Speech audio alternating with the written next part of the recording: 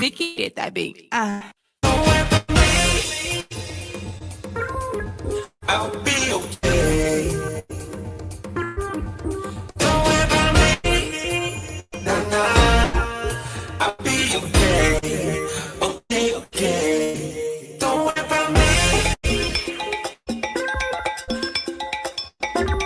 Vicky did that baby.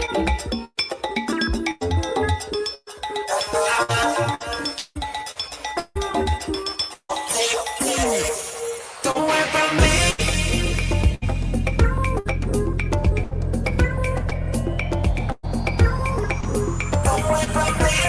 Vicky did that baby.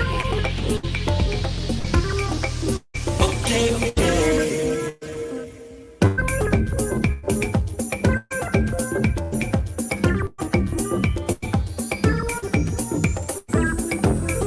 Vicky did that baby.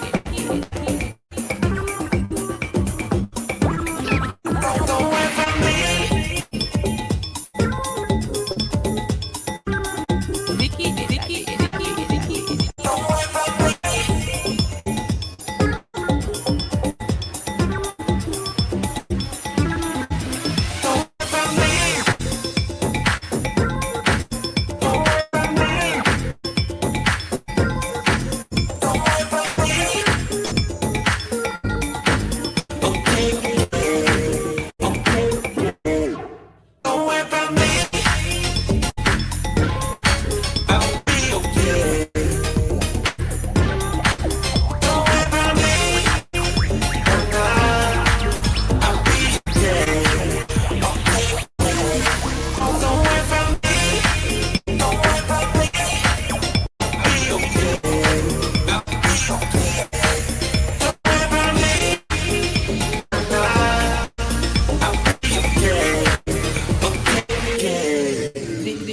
Vicky did that baby. Now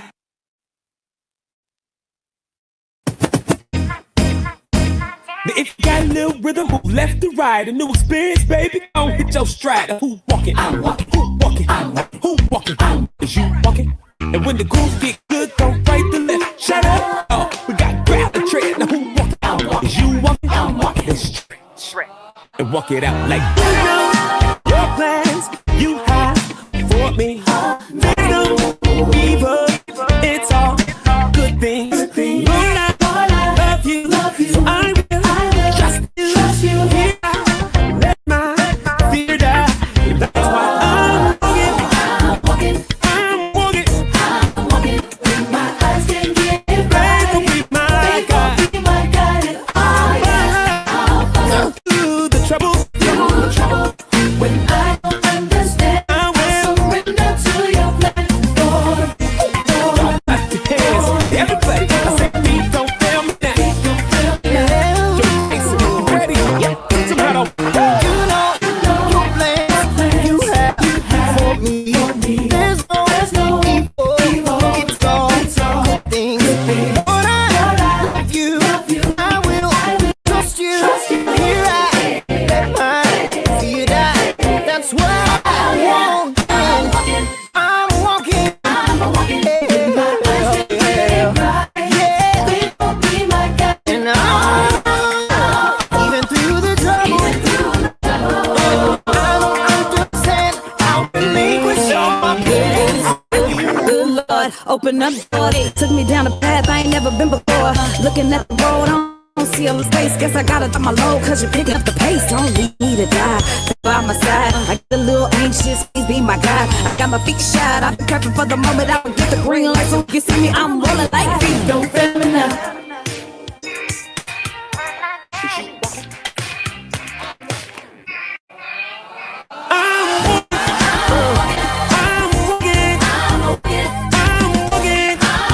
Talking to you like I am my faith. I love it, I'm walking.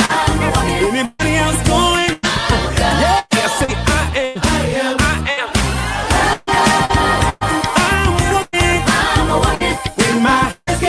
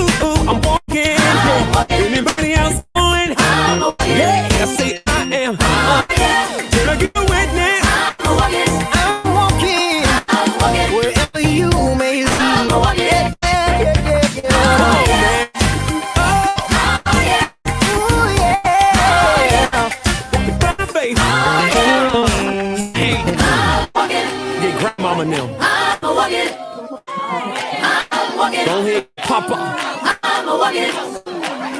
Oh yeah. Be careful when you have so much of a friend deficit that when God put assignments in your life, you make assignments your friend.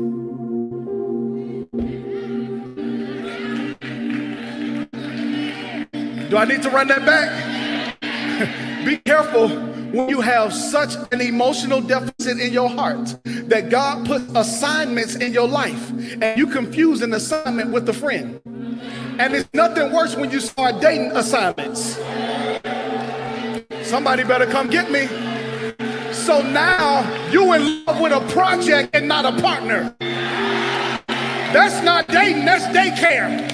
In this season of my life, I'm not babysitting no more. Send people who can build with me, not people I have to keep building up.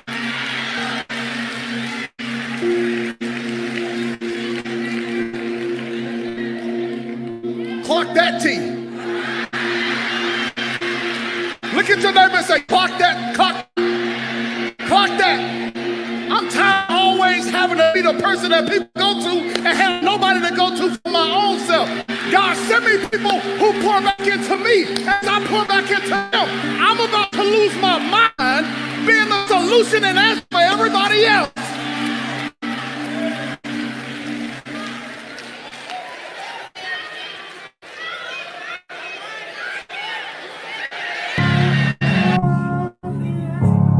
Hi, I'm Sarah McLaughlin. Will you be an angel for a helpless animal? Every day, innocent animals are abused, beaten, and neglected, and they're crying out for help.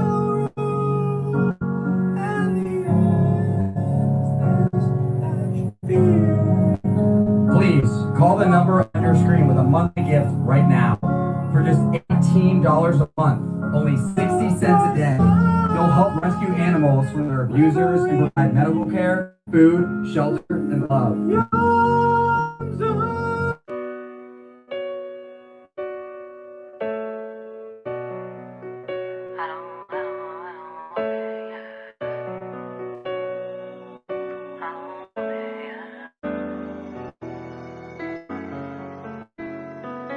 Stand up, never lay down. Used to see us in the back, we in the front now. They tried, we did. Stepping up, no chill, about to go in. Steady dancing in the class, I've been walking out, talking handshakes, smiles for the big win. Almost on the reach in, trying to put their bid in, hoping they could slide just a piece in. But this ain't for the weak, for the hearts wanna sleep. Put a guard on your feet, gotta stand in your sleep. Take a breath and be me, gotta take it from me. No one can do you like you do it. Be fluent in you, that's a movement. Stay focused on you, it's not selfish, it's true. It's only to you that you prove it. If I can't feel no love, I don't want it, yeah. If you can't feel these voids, I don't want it, yeah. If it don't bring me joy, I don't want it, yeah. I don't want it, I don't want it, yeah. People used to talk about me, falling off, now they looking for my corner. Rap on the back track, I ain't cutting no slack, it's a new order. Say my team is real strong now. Keep coming like the song now. Guaranteed on this walk, you believe, but his word is the creed, and my faith equals free. No one can do you like you do it. Flowing in you, that's a movement. Stay focused on you, it's not selfish, it's true. It is only to you that you prove it. It is only through him that you prove it. It is only through him that you prove. If I can't feel no love, I don't want it, yeah. If you can't feel these boys, I don't want it, yeah. If it don't bring me joy, I don't want it, yeah. I don't want it, I don't want it, yeah. Entangled in treatments, the pressures of being down.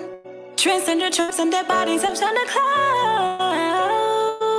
Depression's a trophy for Gen Z, and soldiers will kill you with envy, fabricating the line through the image.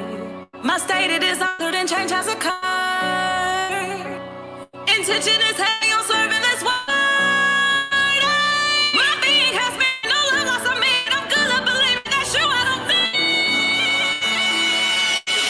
If I can't feel no love, I don't want it, yeah. If you can't feel these voices, I don't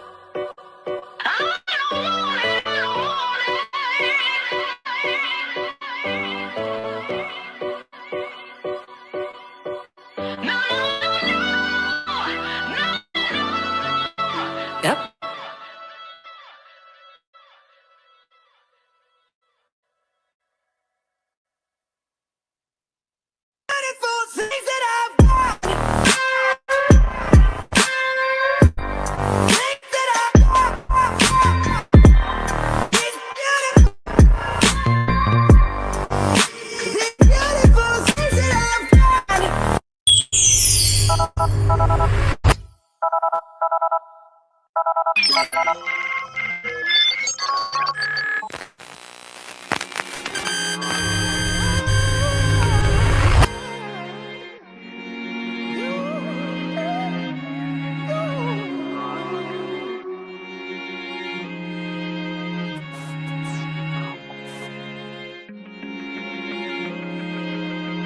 morning, good morning, good morning, good morning. Good morning, everybody. Hold on, let's get this adjusted. Let's adjust these microphones. Hold on a second. Wait a minute. Let me adjust my microphone. It's just clunk. It just decided it was going to fall. How about that? It just decided it was going to fall over in my face right when we get live. Hey, y'all. Good morning to everybody. Hope everybody's doing all right on this Wednesday. As I adjust my microphone back up. There we go. All right, y'all. Happy Wednesday. Hope everybody's doing all right. Hope y'all doing all good. Hope everybody's having a blessed and fantabulous Wednesday morning. It's so early on Wednesday, but here we is yet again. It's 7 o'clock. I'm sorry, 7:40 on today's not Thursday. What's today? Not Thursday. Wednesday. Today's Wednesday. Wednesday, June the 4th. Oh my God. All the days are getting all mixed up. First I thought it was Thursday. I'm still thinking we're in May. But no, it's June. We already in June. It's June the 4th. 4 days into the 6th month. So, hey, man, I hope that y'all got good plans for the day. I hope y'all got good plans for the rest of your week. We just getting on the hump of this week. So shout out to you if you made it this far. Shout out to you. We love you. Glad you're here. You're locked in with Zeke Live in the morning. Great way to start your day. Of course, I'm your host, Zeke Locke. We got my mans Eric Rideout, Rich Holmes. They all coming on to the stage a little bit later on. We want to say thank y'all for being locked in with us. Let's have a good time. Let's have a good show today. We are in and we are out, but we are effective, I think. It's effective for me. Hope it's effective for you. And today we got another good one, another good topic. We're calling this topic, simply put, the elephant in the room. The elephant in the room. What are those things that we, what are those things that we don't speak up about? Those things that need to be spoken up about, but people didn't speak up about them. What are those things? What do those things look like? And why don't we speak up on certain things? Why don't we talk? Why don't we say stuff? Why do we let stuff, why do we let stuff fester and boil over without addressing it? So we'll talk about the different stuff today, maybe a couple of stories and situations that we've had that happened with us on a personal level where it was an elephant in the room. We didn't say nothing. Now, I know Eric is not too much of an elephant in the room guy. Eric is one of those people who's going to, he's going to say what he's thinking. Yeah, he's going to think, he's going to say what he's thinking for the most part. So, he ain't one of them. He ain't one of them people. He ain't one of them ones that's going to let it go. But me, on the other hand, I will let some elephants stick in the room. You get me in the right moment and I'll, get me in the right moment and I will say what I need to say. But for the most part, I play politics and I let maybe that's the bad word, politics. Maybe I don't want to use that word, playing politics, but that's kind of what it is. I just, I'm much more, what's the word? I want to say political. I want to say diplomatic. I'm much more diplomatic in my approach. So I'm more inclined to try to have some understanding, try to see all the sides, all the perspectives. That's me. But sometimes that means you leave elephants sitting in the room because it just doesn't serve a purpose to, to speak to it right now, right in this moment. But I'm telling you, at some point in time, it's coming out now. Once I figure out all the different sides I need to figure out, and I'm going to voice my opinion. I'm going to be there. Now, like I said, Eric on the other hand, he is not that guy. Eric on the other hand he's just going to say it. And you need people like that around you too. You need people like that in your corner, especially if you're somebody like me who's very much more diplomatic. My heart is always in the way. I'm always trying to make a way for other people. I'm always trying to make something happen. But here's the problem with that. And this is why we're discussing this. That creates burnout. That creates you not being able to live in your full truth. That creates the inability to function properly and effectively, to have as much impact as you probably could in another circumstance or situation because you're so busy worried about somebody else. I've been playing this clip for the last week, and I let it play this week as well in the pre-show. I don't know that preacher's name that's on there. It's a clip that came from Ron, but he said, Lord, send me some people that I don't need to build up. Y'all forgive me. I'm cleaning my glasses off. They dirty, and these little wipes ain't getting me. Oil all over my hands and lotion. I just got a shower. But, like he said, send me some people that I don't have to build up. I'm sick of building everybody up around me. Meanwhile, I'm going crazy trying to build everybody else up, and ain't nobody there to pour into me. Ain't nobody there. Well, one thing that helps to lead to that is leave a bunch of elephants in the room. Like stuff that needs to be addressed, things that need to be said, but they don't get said, they don't get addressed, they don't get talked about. And we got our different reasons why that's the case. Some people are that way because of they don't want to stir the boat. They don't want to, they don't want to rock the boat too much. Some people are that way because they just scared for whatever reason, scared to speak up, scared to say something, scared of retaliation, scared of consequences. So it's fear that's involved for some people. For some people, it's just, I don't want to offend somebody. If I say this to them, it's going to offend them. And, you got to go cycling through all that stuff. And it just, at a certain point, I don't know. For some of us, we getting older or more seasoned. I won't call everybody older. We ain't all getting older. We're getting more seasoned. And as you get more seasoned, there you go. Pastor Darius McClure. Thank you. And I see the comments in here. A lot of people commenting already. Pastor Darius McClure. There we go. I didn't know that was Mike McClure's brother. So there we go. I don't know who it is, but I know that message spoke to me. I'm all in the comments before we did the morning shout outs. We'll come back to the morning shout outs, but yeah, it's just so y'all know who it is. I'm just throwing them up on the screen. Why not? I'm looking at it right now. Why not? Yeah, Pastor Darius McClure. That's who that was in there. The whole people-pleasing thing. Yeah, this is a thing that we deal with. Now, hold on a second, y'all. Time out. Y'all just saw me all this time I've been talking, cleaning my glasses. Why they look like they dirtier than they were when I started? I need to get some Dawn dish soap and clean these things off. These little Walmart wipes, these little Zen, what is it, Zeiss or whatever, the brand. Garbage. Throw them away. Trash. Boo. Glasses dirtier than they were when I started. So anyways, that was random. But yes. Yeah, man, like real talk. We take these things on and we end up being the people that hurt in the long run. When you take stuff on, you don't address things, you end up being the one that gets hurt in the long run. So, that's why we're addressing it today. And I'll give you a little bit of context. I was just kind of going through when I say kind of going through, I mean literally kind of going through my Facebook, like literally just scrolling up like real quick. I ain't had no time to be on there, nothing the last few days.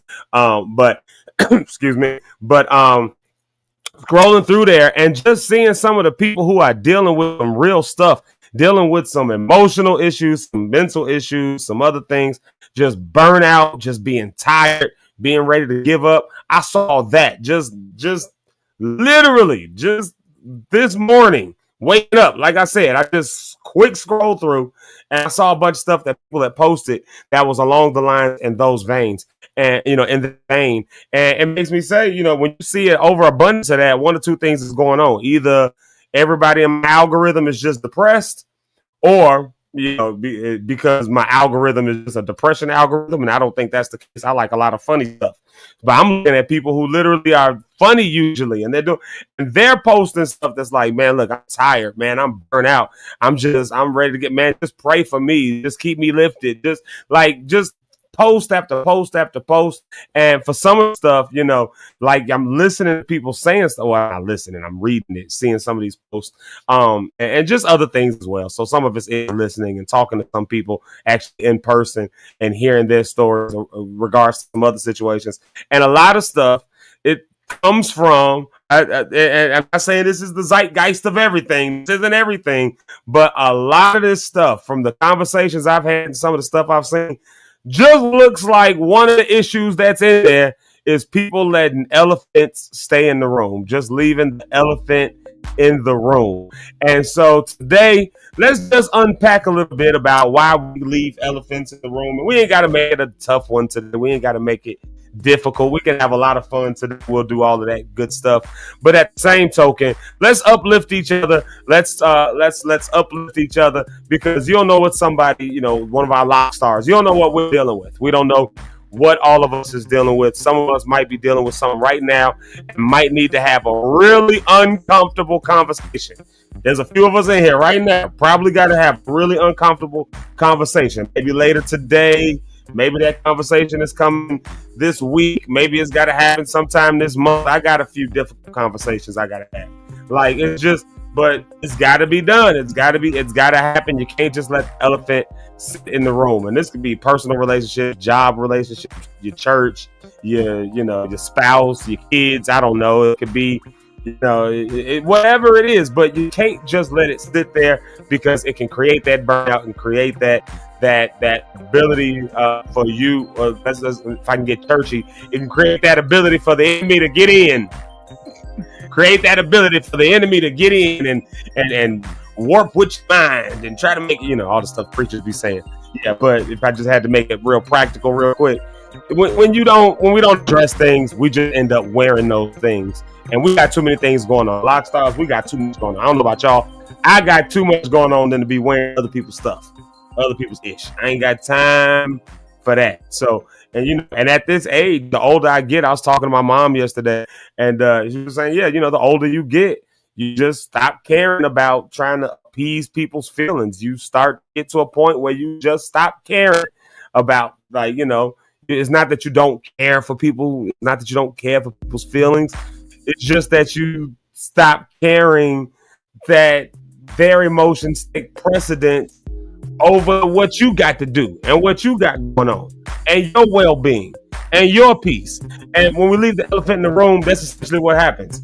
We let somebody else's emotions or somebody else's, they're going to get offended or whatever else. We let that take precedence over our own well-being. Now, as a Christian, and I wrestle with this back and forth, because there is a time for not thinking of yourself, if you will, higher than you ought to, and making space for others and all of that, and not offending people. And I get all of that, but at the end of the day, also I get that. Maturity says, why you offended with little stupid stuff like, because I told you that I don't like it when you, I don't like it when you just do XYZ, and I said don't do that, and now I said that to you, and now you crying, and you and your feelings, and now I got to adjust myself, because now going down the line, going future, I don't say things to you, the correct behaviors or the correct impact that you're having on me, because I'm scared of the impact of me simply saying it is gonna have on you.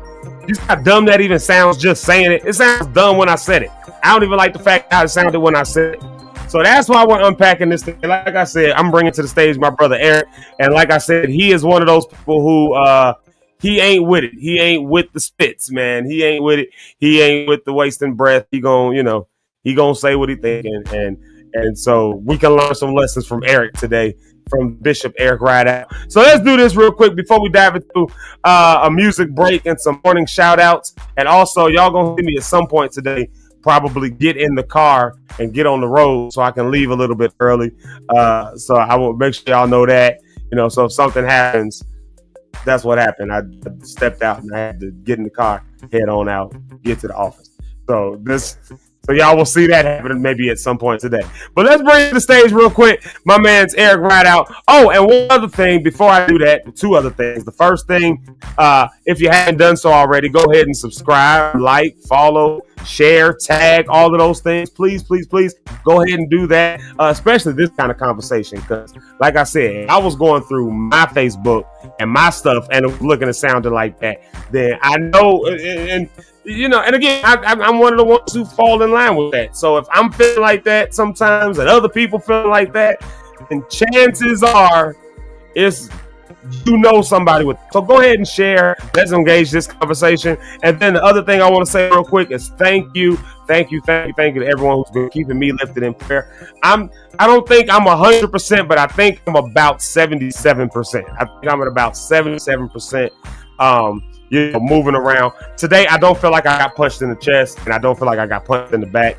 My ab muscles aren't hurting as bad. My leg muscles aren't as bad. So that means I'm healing. I am on the other side of it, as Pastor Bill said yesterday. I'm on the other side of it. But I'm not at 100%. You can kind of maybe still hear it. I'm still a little bit winded, just a little bit, but it's coming back. It's all coming back. And so thank you for your prayers. Thank you for your well wishes. Thank you for just keeping me in your thoughts as I've been dealing with that. We were looking at the replay, and then I'm bringing Eric up. We were looking at the replay, me and my wife, of one of the shows the other day, and I was like, wow, you can't really even tell. You know, I don't know. You can't really even tell that I'm struggling. You can't really even tell. If it wasn't for all the coughing and sneezing that I'm doing, you can't really even tell that I'm sick. Like, and you know, so that's a good thing. But I want y'all to know I was sick, bro. I was like, I'm talking like laid out on the and then still getting up on the show and then still leaving the house. And it probably wouldn't have taken me as long to heal if I would have just taken 2 days off and not done anything. But I had meetings and I had other stuff. So, you know, the show must go on. And I want to still do Zeke Live in the morning. So here I am, 6 days into being sick. And, 7 days. Today would have been the 7th day because it really started like Thursday night. So, yeah, this Wednesday. So, yeah. So I did a week of sickness and I never sat down the whole time like I really needed to. So it took me forever to get well. But we're doing better. We're on the up and up. I'm just trying not to get re-sick. So, but thank y'all for your thoughts and prayers. I do appreciate all of that. I appreciate every suggestion. Every one of my mamas and everybody who told me to get some fish oil and some cod liver oil and some Father John's and to make a hot toddy and to take some apple cider vinegar. All the ones who told me to get noni juice.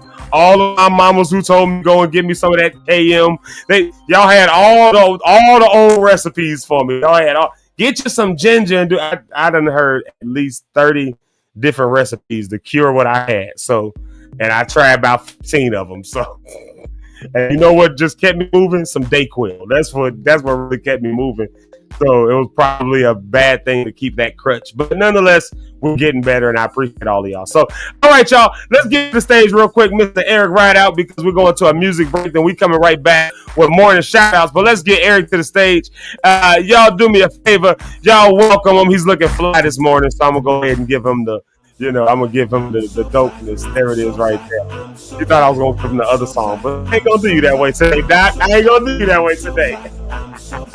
Man, I got to get over that dislike of that song.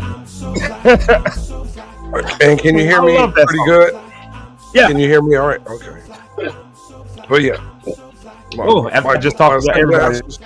We'll come off in a minute. After I told everybody thank you and getting better. And then I just started coughing stuff up. That's like right after I did the whole thing. Yeah, I did a whole thing about getting better. And then as soon as I brought it to the stage, I ain't coughed all morning. It's like that video. I don't know if you saw the one I sent you with Inez. Is it Inez Andrews? I can't think of which one of it is. No, it's not her. It's the other one. Whatever her name is. And do it to Norwood? Yeah, and she says about COVID, and she says some of y'all worried about COVID, and then she get loud and say the devil's a lie, and she get choked while she's saying that. And I laughed at that. Oh, no, I didn't see that one. I sent it to you yesterday. I laughed at that video for about an hour yesterday. And I know people say that's not funny, but it was. Good morning, everybody. Hope everybody rested well. And what we talking about today? Man, we just talking about, let me start with this. This topic, I think that you'll be a good help for all the people on today. This topic is called The Elephant in the Room. Basically talking about why do we allow stuff to fester? Why do we hold on to stuff? And I said, I'm one of them people where I try to play, the diplomatic side of stuff. Yeah. My heart is always there. I'm always trying to make sure everybody's good. I'm always trying to make space for everybody. And I know that of myself. Y'all tell me this about myself all the time. I act like it ain't true, but I'm accepting that's just the truth of how I am. Here's the problem. Sometimes I just leave stuff fester, and then I end up wearing all the stress of it, wearing all the stuff, and then I get burnt out. I get worried. And, I'm not the only person that does that. And so the reason I said that you will be good for this because you just ain't one of them people. You just say what you're thinking, and so. But the thing is, and of course, the older you get, you say what you feel, right? But and of course, I'm learning still that you got to say it a certain way. If you're a believer, you still have to care somewhat about the feelings of the people. But that's what kills other people is, to me, I've just never been that guy. I'm like, if something wrong, just let's put it out there. Let's just put it out in the open. Let it, it's nothing worse than sitting around with a bunch of people and everybody thinking the same thing and nobody's saying it. So me, yeah. And the thing is, people say, well, man, you make the whole room uncomfortable. I'm not, because I'm not the one that did it. So that's why it don't bother me to do it. It's like, I didn't do it. And if I did do it, let's have a conversation. But I've always been, that person, was quiet. Said, well, so nobody else will say it, such and such, blah, blah, blah, blah, blah, blah, blah, blah. And then that's when we have a conversation. Or another thing I do, if you say I said something about you, and somebody, I heard you say such about me. If I said it, I'm gonna say, yeah, I said it. But you forgot, I also said this, that, and other about you. So if I talk about you bad and you confront me, I'm gonna add the rest of the bad stuff that you forgot to say. I'm gonna tell you everything. Because to me, it's like openness is always the best. Have I always been that way? No. But where I am at, that's just where I am. It's like the elephant in the room will kill the room. And nothing worse than being in a room and you trying to have a good time, but in the back of your head you feel this, or in the back of your head, I know she said this, I know he said this about me, I know, what I mean. I believe in shoulder popping somebody, and you walk to back, you doing like that. Hey, can we go talk for a minute? And then you have a conversation. And what it leads to is what it leads to. You got to be ready for what it leads to, whether it leads to an argument, whether it leads to your friendship ending, where it leads to you, God forbid, they swing on you and try to hit you. Wherever it leads to, it's going to lead there. But you got to have a conversation. If not, you'll both walk around with something in your heart you shouldn't have. And as you know, if you hold on things in your heart, man, that stress, it makes your mind go more than it should. And that causes sickness and everything else. That's why so many people are sick, because we walk around in unforgiveness or not saying what we feel. And I'm not going to die early for nobody. If all 40,000 of the people that follow me on social media get mad at me and leave, I'm fine with it. If I feel, if I told something that was the truth, and so I'll just get 40,000 more friends. Or not, I'm good with the few I have. That's just me, But. Yeah. Well, let's do this. Let's take a quick music break right here at the 8 o'clock hour. That's why this conversation is gonna go real good. Because you're gonna help some of us on today. I know we got a few lock stars. I know we got some Team Zeke in the sense that they try to play the political side, they try to play the diplomatic side, they try to make sure everybody's all good. I know we got a few in here who are like that. Then I know we got a few in here who are Team Eric, where it's like, I don't really care what you think. I'm just gonna say it. Just go.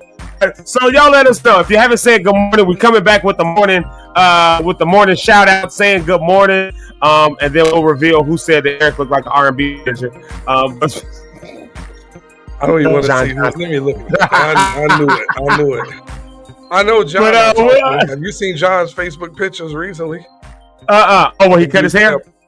He's sitting there biting his lip and looking in the camera. Saying, what this dude got going on over here? John trying to get a wife, boy. Ebony Man magazine over here. Well, let's do this. Let's take a quick music break. Let us know that if you haven't said good morning, tell us good morning. And we want to know that you're here. We want to be able to say good morning to you and wish you well this morning. But also let us know which one you are. Are you Team Eric or are you Team Zeke? Team Zeke is the the diplomatic, try to make sure everybody's all good. Sometimes let stuff fester and then wear too much pressure on yourself and then eventually break down. Like, are you Team Zeke? And it's okay to be Team Zeke. I'm being vulnerable and honest. That's me. Yeah, that's my problem. I'm trying to get better. That's why I surround myself around people who like Eric. So are you Team? Exactly. Ain't nothing wrong with it. The only thing that's wrong with it is I let it fester so I can get better. I can get better at it. So I'm being honest. That's who I am. I'm the one that plays the diplomatic role and tries to make sure everybody's good. God bless everybody. Blah, blah, blah. But, or are you Team Eric? I'm just say what it is. I don't care if I ain't never heard of you, then it's never heard of you. But, like it's never in bad intentions. It's never anything like that. But it's definitely, it's direct. It's a direct, I don't care mentality. So which one are you? Let us know. I want to know who we got in these lock stars so I know who I need to lean on when different stuff comes up. Let's do this song we've learned to love, Eric. We learned to love this song by CP the Genius. Just Might. I love this song. It's a good song. I really love it. I might play it twice today. I know it's a good song. just vibey and it's rainy out here, so it's one of them songs. Here we go. Just might.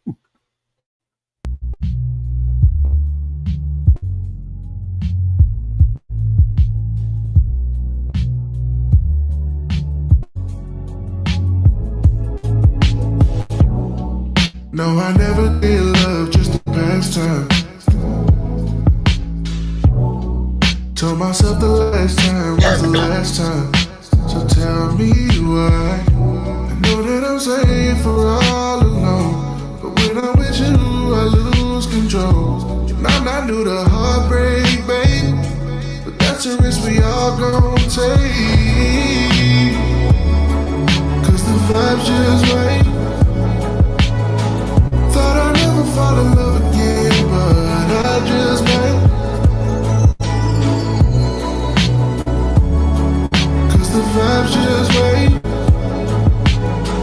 Thought I'd never fall in love again, but I just might.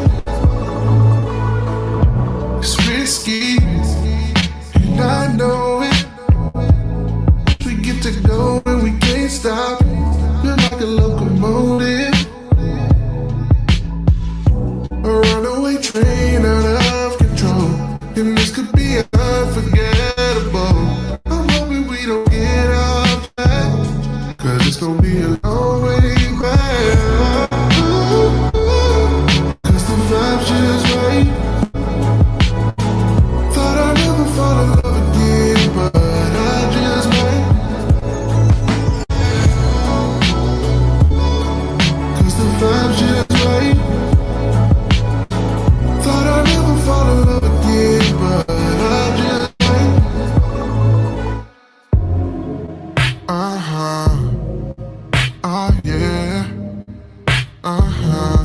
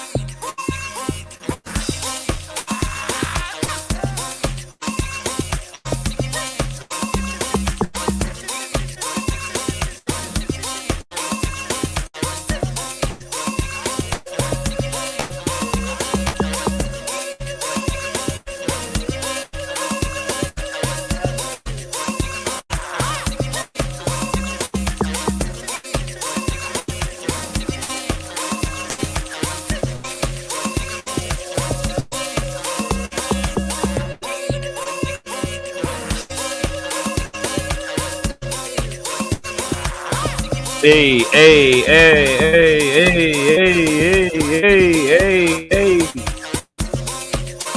Yeah. Yo. All right, y'all. Y'all vibing, y'all feel that? Y'all feel that vibe? I know y'all feel that vibe. Let that ride. Oh.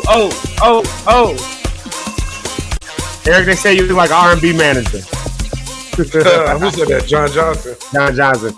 He look like an R&B manager. He is funny. I'm gonna have to get some of John's pictures up here real quick. Remember me and Nina had like that whole war going back and forth, posting raggedy random pictures of each other. I still got them pictures, some of them. Oh that my Lord, good time. That was a fun time. That was a funny stuff. I miss Nina. I need to see her. I need to go find Nina and see her. That's my homie. All the back and forth we do, that is my homie. That is somebody who, if she with you. All right, John. All right. Dude, John like trying to Ebony magazine over here. John trying to Mrs. secure John. He's trying to secure Mrs. Johnson. Y'all, let's do this real quick. We coming up with these morning shout outs. Good to see everybody. Good to see everyone. I turned that song back on because I just like that vibe. I love vibes like that. They just, especially when the weather is the way it is here. I don't know where everybody is, but here in Chicago, it's rainy, and I ain't gonna lie, I'm glad it's raining because yesterday was humid, hot, and miserable. Like, and when you're dealing with sinus issues, humidity is not the move. So I'm glad when it started raining this morning, like in the middle of the night, I said, thank you, Lord. Like, the draft that came through just felt great.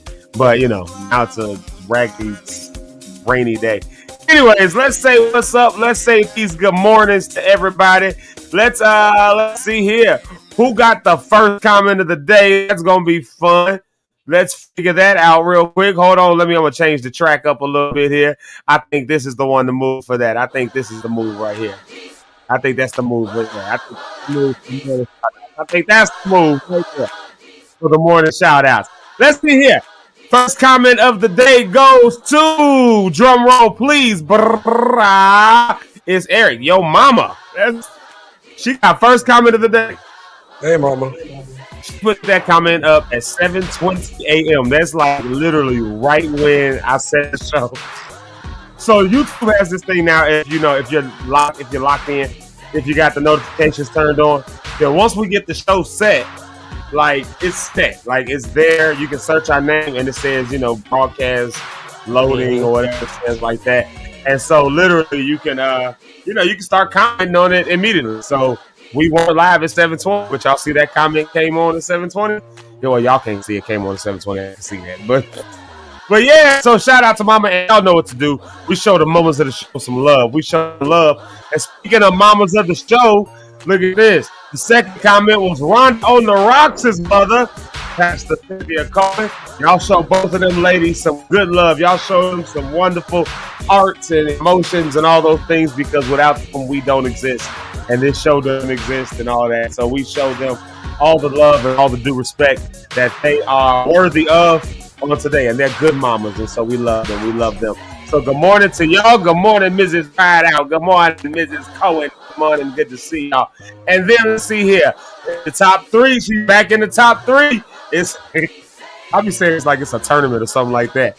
Who will be the Buddy Cat is like the all-time leader of first comments of the day. He's always in the top 5, usually in the top 3, and usually the first one there. But here she is right here in the top 3, and I always look for the church announcement. There it is right there. Welcome to Zeke Live in the Morning with Zeke Locke'd, Eric Rideout, Richard Holmes, Rhonda on the Rocks. Grab your beverages and let's attack this subject. She said, let's attack this. A little aggressive this morning. She said, let's attack the subject. We're aggressive this morning. Yeah, that's what's up. I'm doing my water. I had to run downstairs and grab the water. And when I jumped up and ran out of here, I was coughing. And Eric was like, mute your mic. I came back like 3 minutes later, like, your mic's on. I was like, oh my God, was it feeding back? No, we heard you coughing. Yep, I was over there having a whole So shout out Brody Cat, shout out to you. And then there's Mama right there. See the mamas of the show. There they go. There's Sherry Staten. There she is right there. We say what's up to her over down in the Dallas area. Unless she's in Cancun, or Cozumel or wherever she might be. Then check this out. All the good memories. Just fine. Good to see you all the way across the pond. Good to see you. All the good memories. I have so many good memories across the world. And when I say across the world, I really mean across this entire planet. I've got some really, really good memories. Stuff you just can't buy those memories in, But I'm hoping to make some more. Memories on a global scale. Hopefully I'll be able to take some of my lock stars with me. Let's see here. Shout out to Miss Brent Rose, one of our favorite people. I think she's in the Connecticut area. Shout out to her. Good morning to a host of great people. May this day and every day bless you and your families because of all the greatness you bring. It's the season every day. Oh, look at that. She's speaking prophetically over the people today. Y'all better listen to that. She said, it's your season. It's your season. It's a new season. Yeah. They be coming in here prophesying. Look at this. Here goes Victoria giving blessings. Blessings, my brother. See that? People come in giving blessings. They don't just say good morning around here. Some of them say blessings. Some of them give you announcements and tell you what you're doing, like where you can, what the topic is about. We got lock stars that be looking for real. Let's see here. Miss Asia Jamal. Y'all shout out to her with the Pure Live podcast. I'll make sure to go follow that and subscribe to her so you can see what she's got stuff going on. She's got some cool people coming on her show. Speaking of cool people coming on her show, Tara Jones right there. Look at that. Tara Butler Jones. She's gonna be on the Pure Live podcast. I think we said next Friday, I think it is. So you definitely want to lock in. Yeah. So you definitely want to lock in for that, y'all, because y'all know we play her music all the time. So she's one of our favorite artists. She's one of our. We had a church. Zeke Live in the Morning was a church. She would be one of our legit worship leaders because we always play her music. Between her, Jamaica. I don't know about Jeremy Sanders no more with that potato salad comment. I don't know.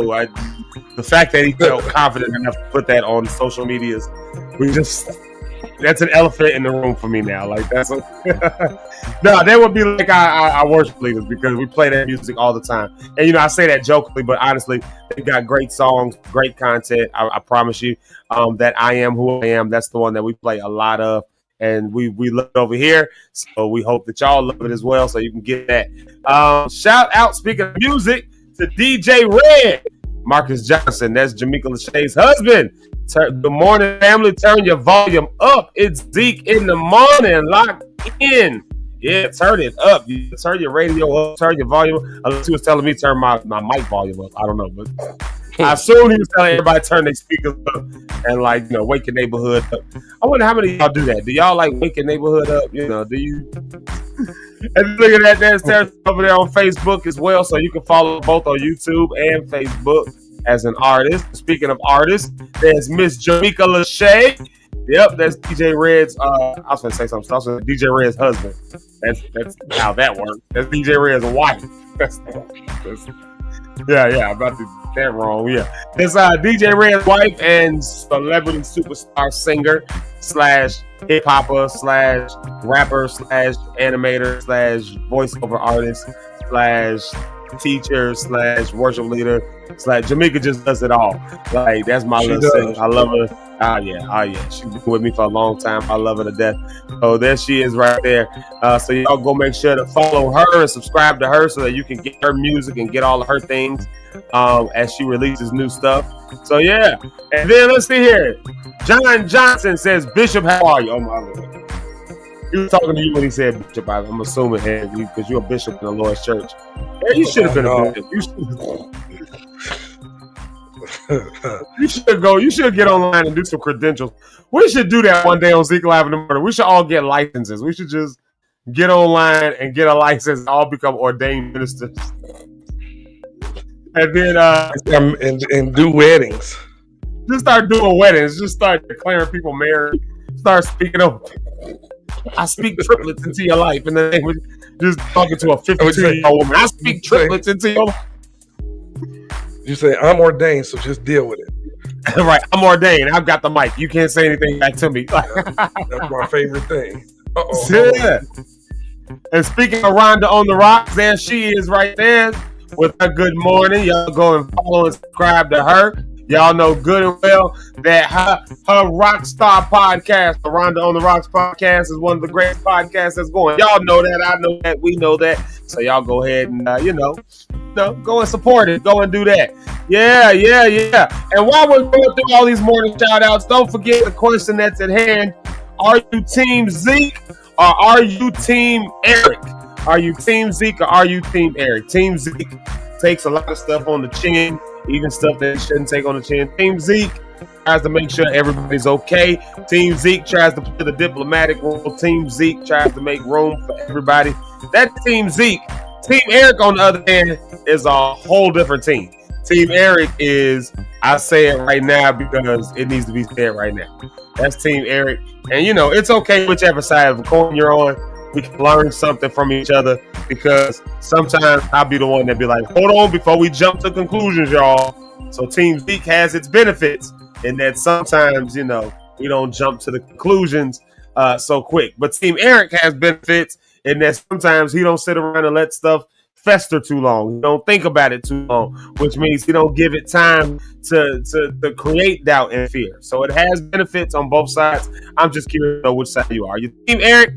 Are you Team Zeke? Which one are you? Team Zeke, Team Eric. All right. Let's see here. Speaking of Mika being all things, there's Rhonda on the Rocks talking about their new pseudo show. Their new pseudo show that they have going on called Cheeks Live in the Morning. You heard of Zeke Live in the Morning. Well, Cheeks Live in the Morning is the female version of that because me, Rich, and Eric are always giving Rhonda a hard time. And she said, if we hate her, we should just let her know. Yeah, let's see here. Let's dive into it. Eric had to step away for just a real quick second. So we'll get him back on the screen when he comes back. But, I think it's really important to really first and foremost to identify. You know what I mean? I think the first thing we have to do is to identify what we are, and I'm trying to make sure this is well understood when I say this. A lot of people, this will be easy to understand. A lot of people think they're one thing and they really aren't that. So there's a lot of people who will say, oh, I'm so, I don't take nothing. I don't let nobody tell me nothing. I make sure that I'm going to get you for you tell me something. I'm going to say it back. I'm gonna do it because it sounds good. It sounds like you're a tough guy, It sounds like you don't take no stuff. You don't take nothing from nobody. But then in reality, you're actually more like the diplomatic kind who really does actually not speak up often. Maybe it's for different reasons, fear or not wanting to rock the boat, not wanting to change, wanting to give people the benefit of the doubt, whatever it may be. Maybe that's the reality of how you actually act. Well, meanwhile, you thinking in your mind that you one who speaks out. And, the reality is you ain't that. We have to own what we really are. On the flip side of that, there's some people who think that they're very diplomatic and they're very kind and generous and giving and, people, will make room for everybody. And the reality is their attitude be just as stank, just as, some for them, maybe beyond even being direct. It's just, well, because I said so. Because, some people don't realize that about themselves. We have to, I believe, acknowledge first and foremost who we are, what we are, how our personality runs. The conversation doesn't even make sense unless we can at least first start there. Until we can first start there. Who are we? What do we really do? How do we really do it? How do we really communicate with people? How do we really communicate with situations? Do we let those situations fester? And, like I said, again, it's not a bad thing either way. They both have the benefits. So, let us know which one you are. Let us know which one you are. And then I'm going to throw this up here real quick because we're talking about Pastor Jeremy. She said that he should definitely be ashamed. We play that song all the time. Not ashamed. Well, he should definitely be ashamed for not eating potato salad. And some of y'all, I'm going to just say it since we listen and we don't judge, but They didn't say we read and we don't judge. So I didn't hear y'all make these comments. I read on the screen, which means we can judge. So let me start judging y'all about these foods y'all was putting up yesterday that y'all don't like banana pudding and sugar and grits. And well, Eric didn't like greens. I can talk about him because he ain't here. It's not liking greens. Chitterlings, I can get with you on that. I can get with you. Why I keep saying chitterlings? What is chitterlings? Chitlins. Chitterlings. What is a chitterling? I guess it actually is spelled chitterling, though, isn't it? Why do we say chitlins when it's spelled chitterlings? There's an elephant in the room. Why do we say chitlins when it's spelled chitterlings? All my life, I thought it was just called chitlins. I thought it was just chitlins. Chitlins. I don't know what a chitlin is. It's a chitlin. Give me a chitlin. I'll take one chitlin, please. Yeah. You know, like, why do we? I don't know. I'm about to go up to a random thing here. But for those of y'all that don't eat none of them black foods, though, you know, I'm judging y'all. Now I know who I can, you know, invite to the cookout or not. So there you have it. What the chitlin thing is on my head now. Speaking of one random thought, why do we say chitlins? Like, how do we get that country where we just say chitlins all the time? All right, I'm done with it. I'm over it. I don't eat the things no ways. I don't eat boo tubes no ways. All right, let's see here. Let's see what else some of these comments say. But I need some music going. I need a little bit more music one more time. Play that African track one more again for me. I like that. Yeah. Play that one more time in the background. And then we'll go to a music break when it gets done. Yeah, you know. Oh, look at this right here. Jamaica said, we say it because we black and we like a little bit of razzle dazzle. We like to you know, we give a little bit of razzle dazzle. It's chitlins. Yeah, look. Call it something fancy that is literally not the least fancy mess in the world. Ain't that crazy? Yeah, like how? Like, okay, let me ask this. And this ain't what we talking about at all. But let me just ask y'all this. How many of y'all actually eat chitlins? How many of y'all actually eat chitlins? Like, I told y'all my mama eat them, my sister eat them, but nobody else in my house ate them. Like, so we didn't need big pots of chitlins. We didn't need all that. Like, there wasn't nobody else eating them. Like, what is that? Like, and for those of y'all who don't know what chitlins are, because I know we have some of the you know, some of our non-black friends that are here. They don't know what chitlins are. Chitlins are pig boo-boo tubes. The boo-boo tube swine animal. What in the world are we talking about now? I got on a random rant about chitlins, man. I was talking about something and I said chitlins, but I almost said it proper like chitterlings. And I was like, why did I say chitterlings? I never say that. I was like, then I started thinking about it and I said, why do we say chitlins? Like, it ain't even spelled that way. Like, what do we, you know, now I don't know how to actually eat them. Now I'm actually where that name came from. I never ate them. I never ate them. Never will. Yeah. Well, the question is, what is a chitlin? Like, what is one? Can there be a singular chitlin? Can you have one chitlin? They're already. Like, it seems like it's already plural. Yeah, it's just already plural thing. There's no such thing as a singular chitlin. Like, I guess that's the way. What would you call one? One chitlin, I guess. I don't know. Like, if you didn't want a whole plate of chitlins, would you just be like, can I just try a chitlin, please? Like, I mean, does it work like that? Let me just try a chitlin. A chit? Like, what do you... Jamaica? Oh, fried chitlins. Oh! That's even worse than the boiled ones. My grandma used to make them. I could stand, you know. I know she used to boil them or something. I couldn't stand them. I couldn't stand. But yeah, man, I had to take care of something real quick. But I am back. So where we at now? Well, I'll say who all eats chitlins. I just got on I just got on some randoms. That's all. But we're about to do a music break. But when we come back from the music, we're gonna dive into our comments. Our topic. The elephant in the room. Why do we let fester? And the first question I put out there, and I see a bunch of the answers here. We'll dive into it. Matter of fact, let's do just a little bit before we go into the music break. No, you know what? No, we'll do music break first because some of these comments are really good, and I want to give them time to be able to be read. I want to give them time to be able to be read, but I will put this comment on the screen for you, Eric. There you go. Rondo on the rocks. There you go. You know what, Rhonda? Is she coming on here today? Is Rhonda coming on? No, she ain't supposed to be coming on today. Oh, I can talk trash then, because you don't be laughing at my grandma. But you know, Rhonda might pop in. You know. I told you about that fall for one time event, not an every week joke. So get off my grandma. It was funny though. Rest in peace, grandma. Oh man, it was funny though. Yeah. All right, music break, like you said. My bad.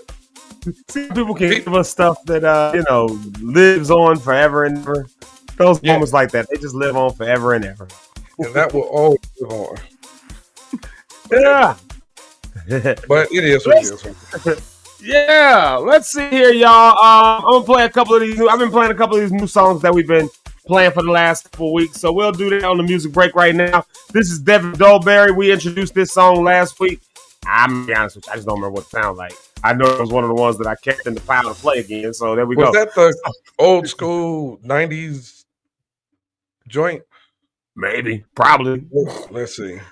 We'll find out. It's an audience for everybody. But I'm gonna play the song. We're gonna see. Wait a minute. I'm playing some of this new music for people. Playing new music.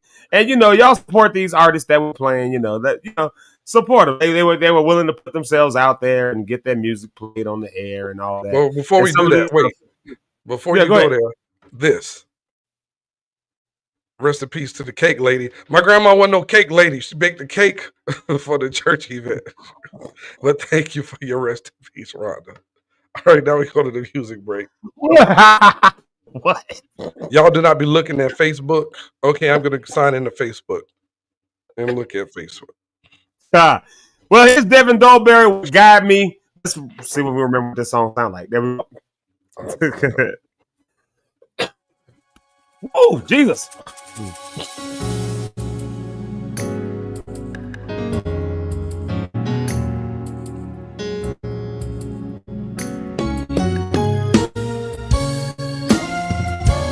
Guide me, guide me, guide me, oh God. Guide me, guide me. This is the song, my song to Jesus. Oh God.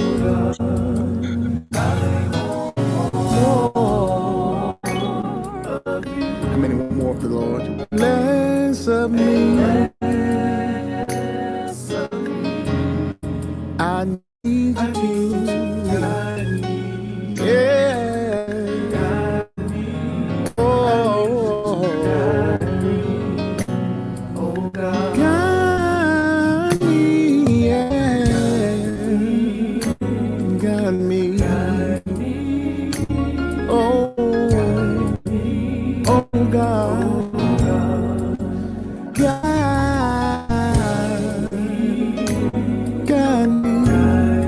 me. Oh God. This is my message to you. And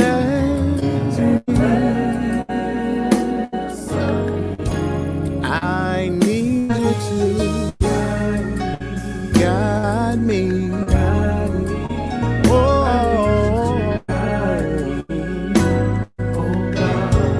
I want more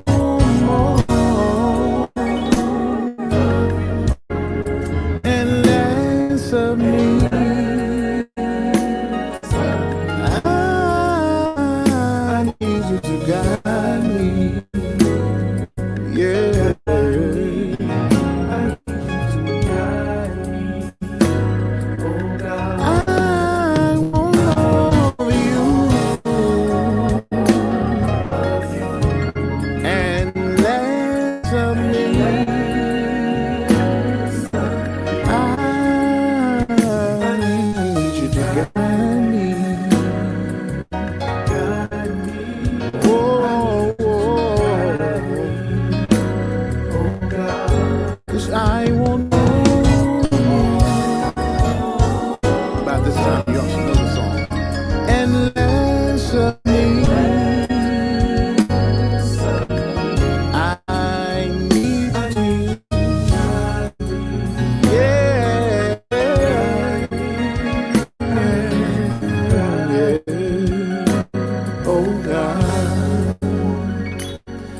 I wrote this song, I was in a place that I just wanted the Lord to guide me.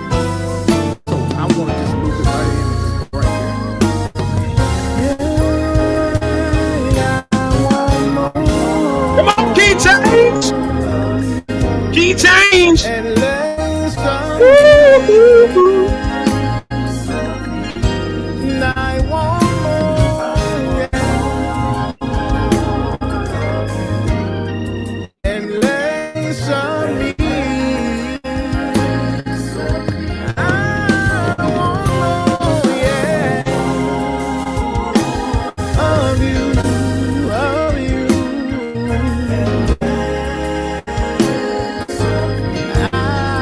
I need you. Oh, yeah. Oh God, I want more.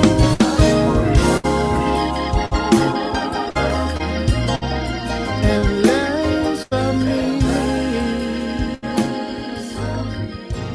I want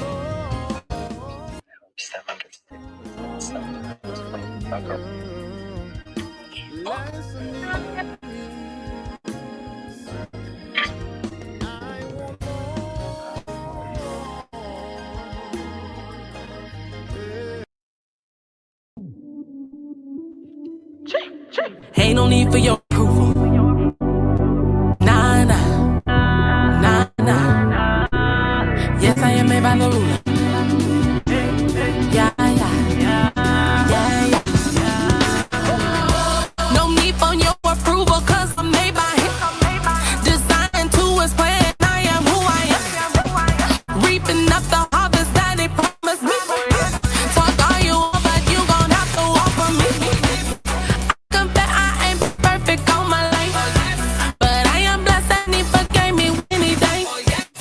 Love my imperfections chosen by the rule. A vessel to be used and I won't stop until it's through. Yes, I am fully. Ooh. Yeah, yeah, yeah, yeah, yeah. Dressed to impress for no reason. Yeah, yeah, yeah, yeah. Ooh. No need for your approval, cause I'm made by him. Designed to his plan, I am who I am. Reaping up the harvest that he promised me. Talk all you want, but you gon' have to walk. Oh yeah, I am who I am. I am who I am. Yeah. Oh yeah, I am who I am. I am who I am. Yes, yes. Oh yeah, I am who I am. I am who I am. Yes, yes. Oh yeah, I am who I am. I am who I am. Yes, yes. Oh yeah. Look, your approval isn't needed. I get my kudos from Jesus. You knew my name before I was a fetus. With them on my side, no one can defeat it. Don't go to the DMV for my ID. I'm uniquely made, you can't copy. I'm weird, creative, and godly, and I get wild. Boy, Jumanji, what you saying is out of there. You should fall back like a rocket ship. I just assume that you unaware. You cannot hurt me, I'm more than a cocker, bro. I can't worry about what you say, cause you do not control my fate. He was my daddy who caught me when you thrift shot me, boy. Saving grace forever changed. Yes, I am. Yeah, yeah, yeah, yeah, yeah, yeah, yeah. Just to impress for no reason. Oh, yeah, yeah, yeah, yeah. Ooh, yeah. Ooh. No need for your approval, cause I'm made by him. Designed to his plan, I am who I am. Reaping up the harvest that he promised me. Talk all you want, but you gon' have to walk for me. Oh yeah, I am who I am. I am who I am. Yes, yes. Oh yeah, I am who I am. I am who I am. Yes, yes. Oh yeah, I am who I am. I am who I am. Yes, yes. Oh yeah, I am who I am. I am who I am. Yes, yes. Oh yes.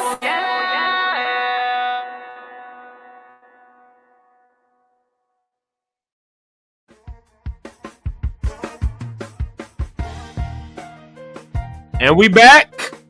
We back. That was Devin Dolberry with a submission he had called Guide Me. Shout out to that. You heard me come in when he had the key change. I said, come on, key change. Key changes be getting me excited. And I should not be yelling like that. What is wrong with me? I just stopped coughing already. What is wrong with me, y'all? Why can't I just get the right things to get better? All right. And then you heard, of course, our friend, our girl, Tara Jones with with I Am Who I Am, since we were talking about it. I said, let me go ahead and play that real quick. Let me go ahead and slide that song in. That's our girl, Miss Tara Jones. So we love her. We appreciate her for an amazing piece of artwork that she's given us. And shout out to Devin Dornberry. Thank you for your submission. We appreciate you so much. There you have it. Yeah. There you have it. So are you Team Zeke or Team Eric? Because even right now, I'm being Team Zeke. There you have it. Shout out. Are you Team Zeke or are you Team Eric? What we're talking about when we say are you Team Zeke or are you Team Eric? We're basically talking about, are you the kind that plays the diplomatic role, or are you the kind that, you just say whatever you're thinking, regardless of what anybody thinks? You just say it. You just tell them what it is. Even Jay-Z needed a Dame Dash. You know what I mean? Like, Jay-Z was, from what I understand, he's not the kind that just straight up just be play the diplomatic role. Do that. Dame Dash, on the other hand, no, bro, he'd be right in your face telling you what he thinks. It's funny you said that. You reminded me of something that I saw yesterday. And what's that? When we started on a random thought that just hit me. Oh, yeah, we didn't take any random thoughts. Yeah. Oh, the fallout. Have you seen that fallout with Elon Musk, Marjorie Taylor Greene, and Donald Trump? Not totally. I've not been tracking it too well. Yeah. I will say this. I got to catch up on news. I got to catch up on a lot of stuff. Because when I had any downtime, it's like I could not hold my eyes open, couldn't hold my neck. So I'm a little bit lost on news. We tried to watch the news last night. I fell asleep. But what happened? I'm gonna tell you, well, the whole thing is Elon, he's been officially kicked out the White House, right? Right. And so since he's out, he says the DEI things were stupid. Trump's tax, something he just did is ignorant, foolish. The big beautiful bill. Yeah, I did see that. He clowning him, and then Marjorie Taylor Greene, the bleach blonde, bad body, that chick, she said if I would have read it, I never would have agreed with it. She turned on him yesterday and she's attacking him. And I'm like, everybody seems to be attacking now. I wonder, is it because the midterms is coming up and they're like, wait a minute, because she said this is a bad idea. I don't support him on this. So you know how he is. Well, forget you two. And they said, it's been a stream of hard-line Republicans that are saying, hey, we don't agree with you on this at all. We're not supporting you no more. So, yeah, it's crazy, man. It's like his people, his main people around him, his supporters are all like, yeah, we don't agree with you on this. So Elon got kicked out the White House. And now he's dragging the other chick. But anyway, y'all, that's just funny. So Trump, he would be Team Eric, I think. Yeah, he's definitely a Team Eric. He just says what he's thinking. Yeah. Donald Trump is Team Eric. So if you're Team Eric, just but you get a celebrity. Michael Jackson would have been Team Zeke because he wanted to do it in a loving way, and I want to make sure everybody was all good. Yeah. So see, you got a famous person, and I got a famous person. So what it is?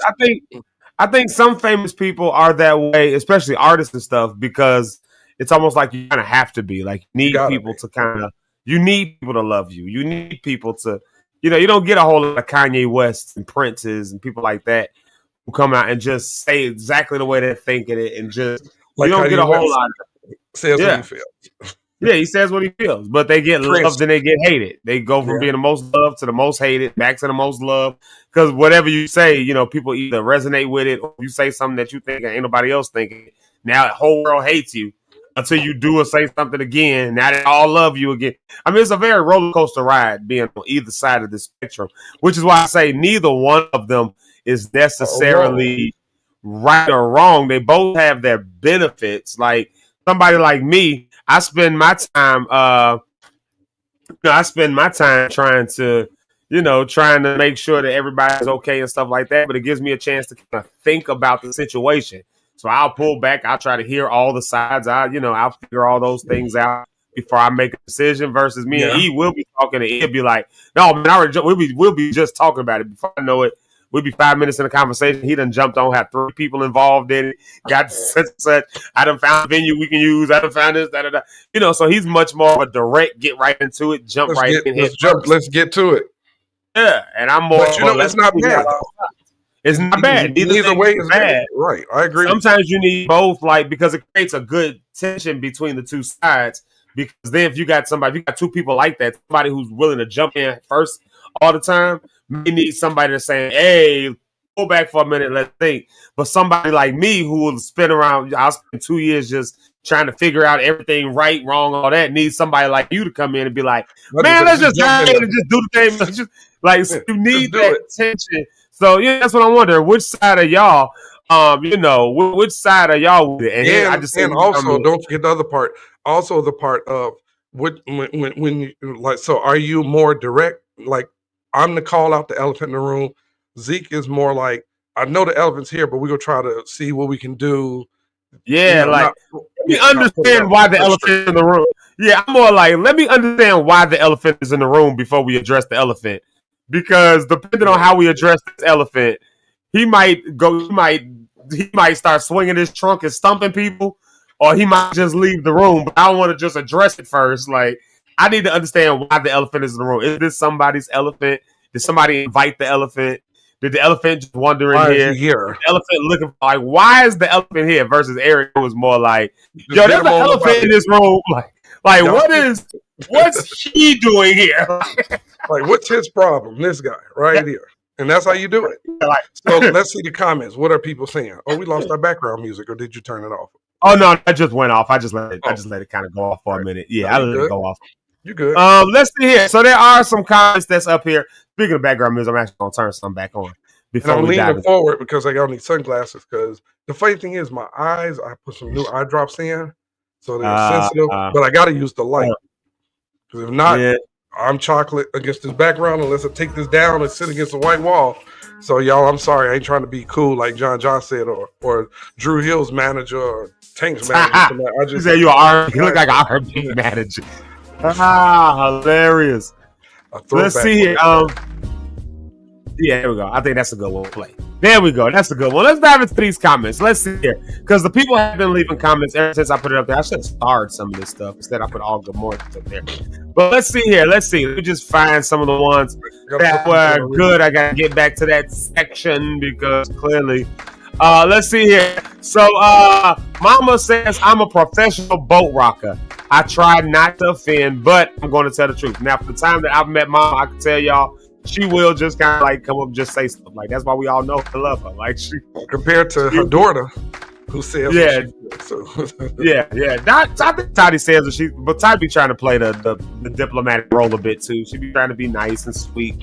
And that's why they come get me or come get Tammy. Yeah. Mama be like, Mama come like, baby, now we need you to put this on and make sure you get that. But she'll be just as smiling and loving you, and she'll bring you something to eat if you ask her to. She's just like, so just being, I'm saying that to say, being the kind that rock boats and do that don't make you mean. Everybody, there's some people who are mean. Now, Mama ain't a mean person. I'm saying there's some people who are mean with it. Some people who, when they think rocking the boat, they just, I'm gonna get him told, I'm gonna get her told, I'm gonna get that's negative energy. That needs to go. We don't do that. Like you walk into the room wanting to get somebody told, like, oh, I love a good argument. I can't wait to come in and argue with somebody. You go keep that over there. But some people ain't gonna just say what they, just gonna say it. There's nothing wrong with that. Let's see here. Boom, boom, boom. I see this one right here from Jesse. My personal rule is if it comes up and I dismiss it, fine. But if it comes up a second time, I'm gonna ask about it or say something. I'm sorry, the comment got in the way. I'm gonna ask about it or say something, because if it comes to mind twice, it'll keep coming back until it's addressed. That's actually a really good rule. Like, if you think about it too much, if you think about it once, you can go in or out, past, maybe even twice for some people. But by the time you get to a certain number, like something that's chronic on your mind at this point, like you need to address it. Right. Yeah. What else we got? Let's see who else is in there. I should have been starring some of this stuff. Like I said, there's John Johnson's comment one more time for you.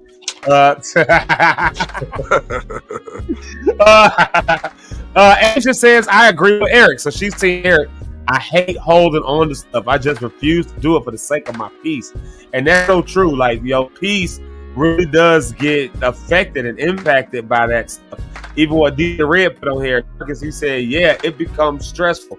Like, when you hold on to stuff, it does become, and I'm telling y'all from experience, for those of y'all that are Team Eric that may not understand what it is to wear that, not address the elephant in the room sometimes.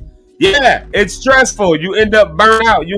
But also at the same time, like I said, we also get a chance to think about stuff before we act. So it ain't all bad over here, but there's opportunity for it to become bad. Yeah, it's our opportunity to get understanding. Yeah. And sometimes my way, you don't get understanding. It's like, this is what it is. Black and white. There's no gray in the middle. We erase that line out. It's this or this. So. Yeah. It's not, what do you say? It's not I don't care. I just can't spend energy where I get no return. So I just So he's more fan of team. Yeah, he's more team Eric. Matter of fact, that's the first one that he put right there. He said, I have an automatic release button. I release people. Like and that's what that follow-up comment was that we just read. It's not that I don't care.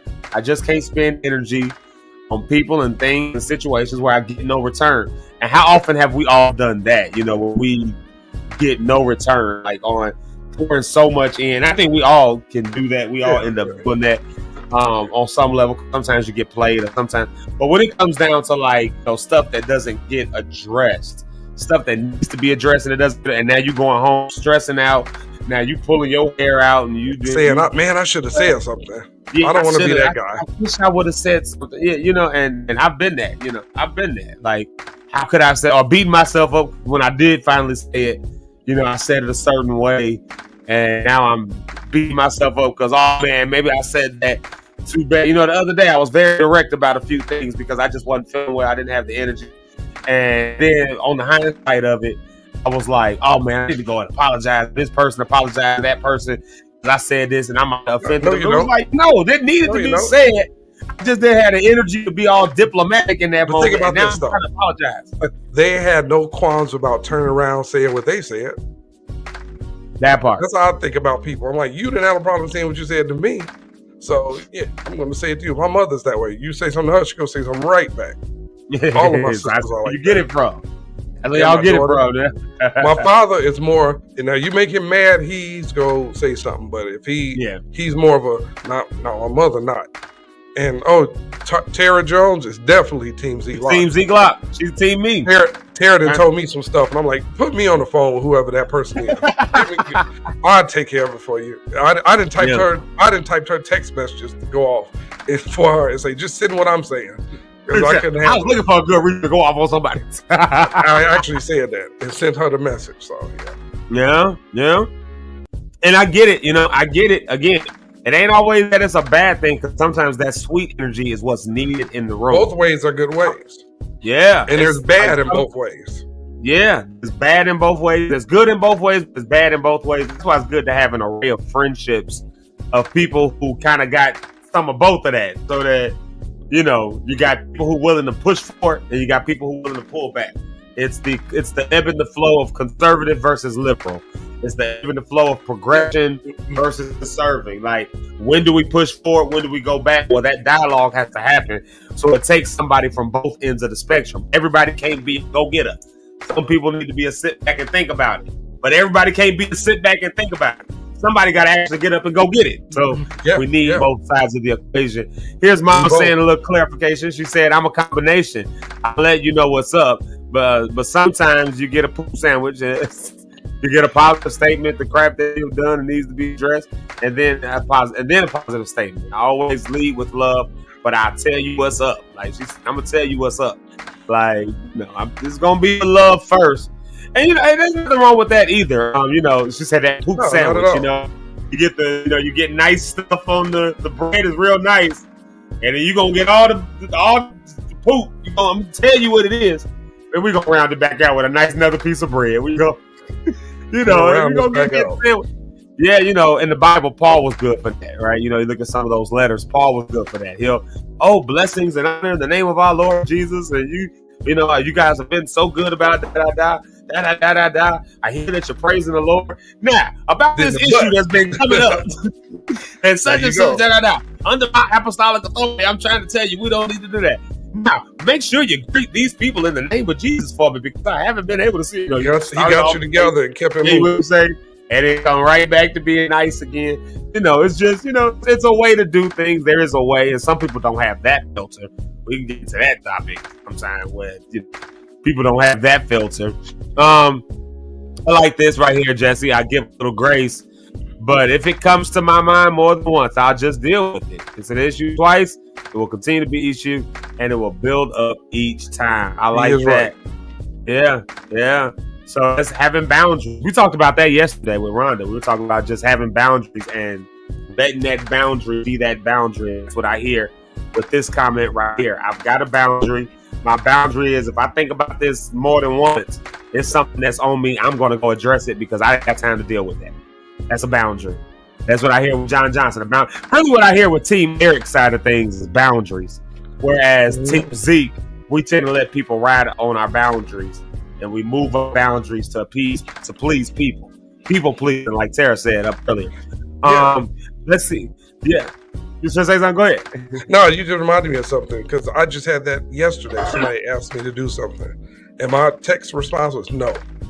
And it was, we were on the phone. I said, nah, I can't do it. It was quiet. I said, hey, what you say? I said, no. And I didn't say nothing else. It was quiet. And it was that. I said, so, all right, well, you enjoy the rest of your evening and talk to you soon. Click.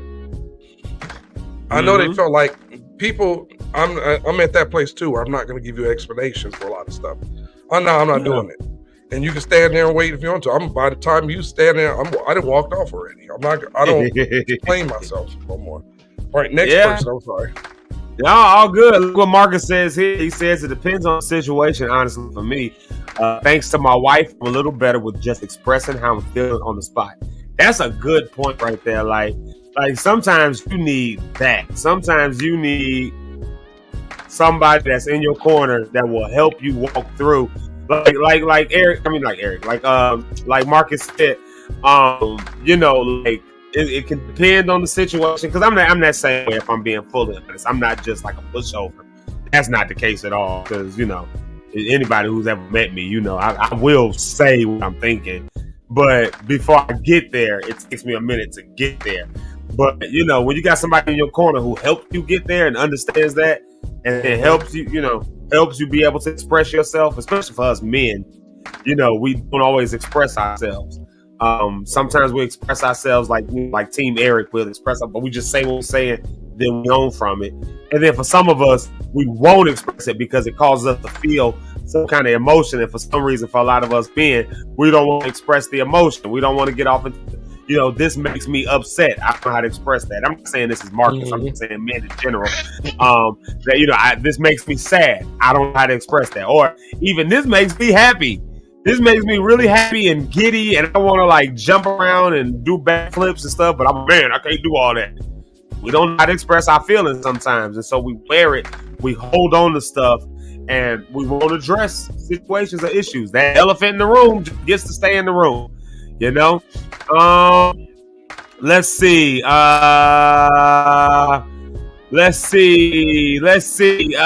trying to find if there's any more here because I got off into a whole other thing.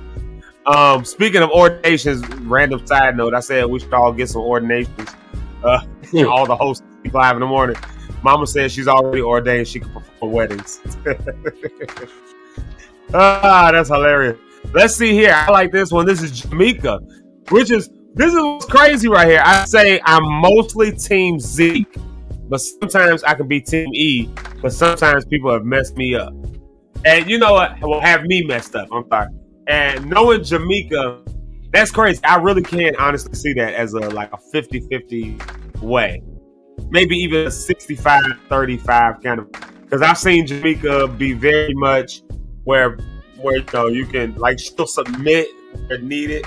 And I don't mean that in a negative light, but I mean that in the light of if she's rocking with you, she looks up to you, then she'll take that I'll take the suggestion, I'll take the correction, I'll take the help me out. I trust you with that. But then I seen Jamaica snap off on some people too. So I seen Jamaica go off on some people too, over little stuff that was. And I'm not saying Jamaica. I want nobody to think that I'm saying Jamaica is a bully, a snap off, a bully kind of person. Somebody did something petty, she snapped off. But I mean, over something, it was no, in this moment, this is what we're doing. So why can't we do, Or I've also seen Jamaica be the one who's willing to ask a question Like, it's been times where, and I'm using personal, where I will be explaining something or trying to go through what we're doing, and I've seen you be the one to raise a hand and say, okay, can we do this way, or can we, or what about this? Or so I've should ask questions the other ones are nervous about asking. Exactly. So that's a form of elephant in the room, being bold enough to just raise your hand and actually ask the question. So I've seen Jamaica on both sides of that. So yeah, I see exactly what you mean. That's a really good observation from my standpoint, Jamaica, of yourself. Look at Rhonda on the rock, because Rhonda reminds me a whole lot of Jamaica in that sense. Because I've seen Rhonda be the exact same way, like where she can be very just go too far. But also I've seen her also. You can never go too far. Just going out there. It's all right. You got to say I've seen Rhonda just say what she thinking and just, address the thing that's there. So I've seen it happen on both sides, but I can understand also, that, when we get back into, because Rich is going to be here in a second, when we get into the 9 o'clock hour, we're going to a music break in a little bit. We'll kind of maybe untackle why some of that stuff is the case. Because I will say this much. I've not always been Team Z. There was a time where I was more like Team Eric. I wasn't as diplomatic with stuff. Like, I was nice, always nice, but there was a time where I would just say what I was thinking. Like, I would just, no, this is what it is. And then as the years progressed and went down the line, something switched and changed, and it makes me wonder.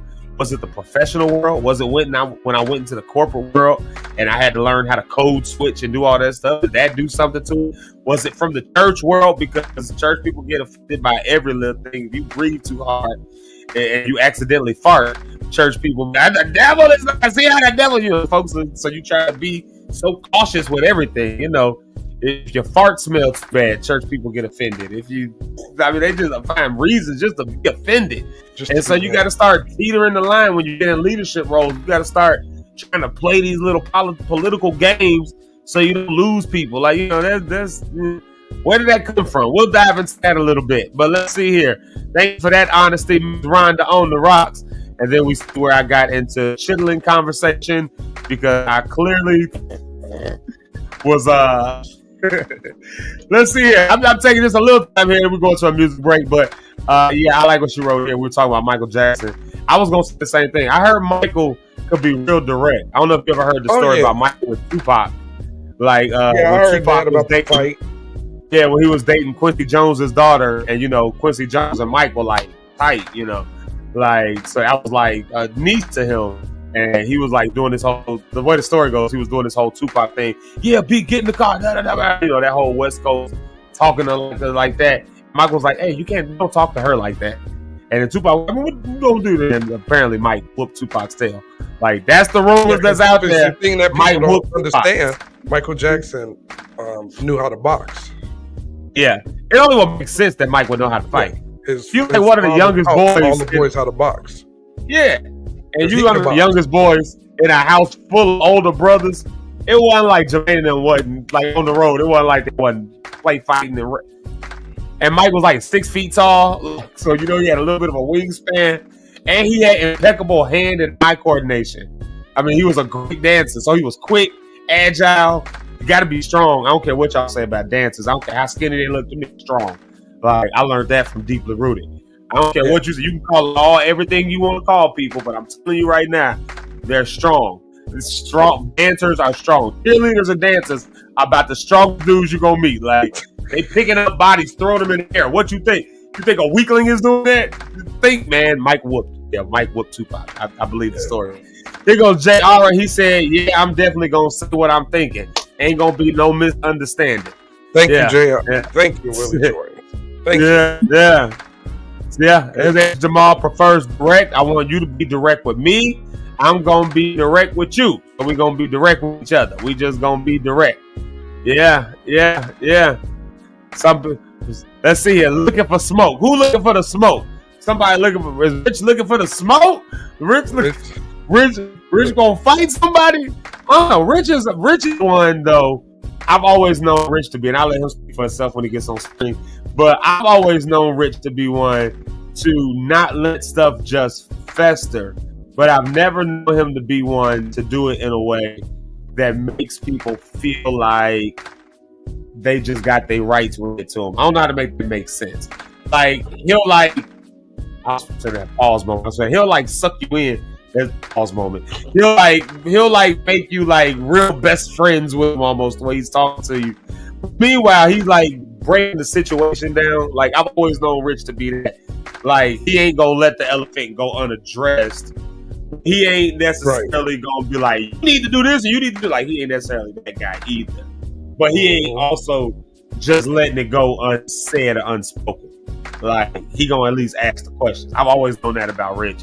He's always been a balancing part for me in that as well. Yeah. So yeah. I like this. I'm looking for the most effective way to get my point across with the least amount of pushback.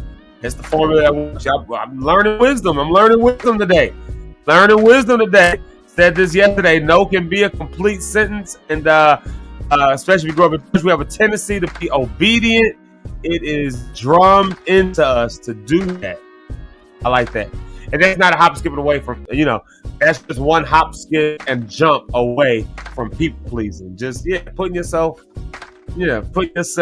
out the way so that other people can be all right. So we're just deciding who we are. We're gonna come back in a second with Pastor Rich Holmes. We're gonna do a music break. We're coming back with Pastor Rich Holmes, and we'll talk about maybe some spaces where that has come from. Where does it come from that we get to the point where we don't address the elephant in the room?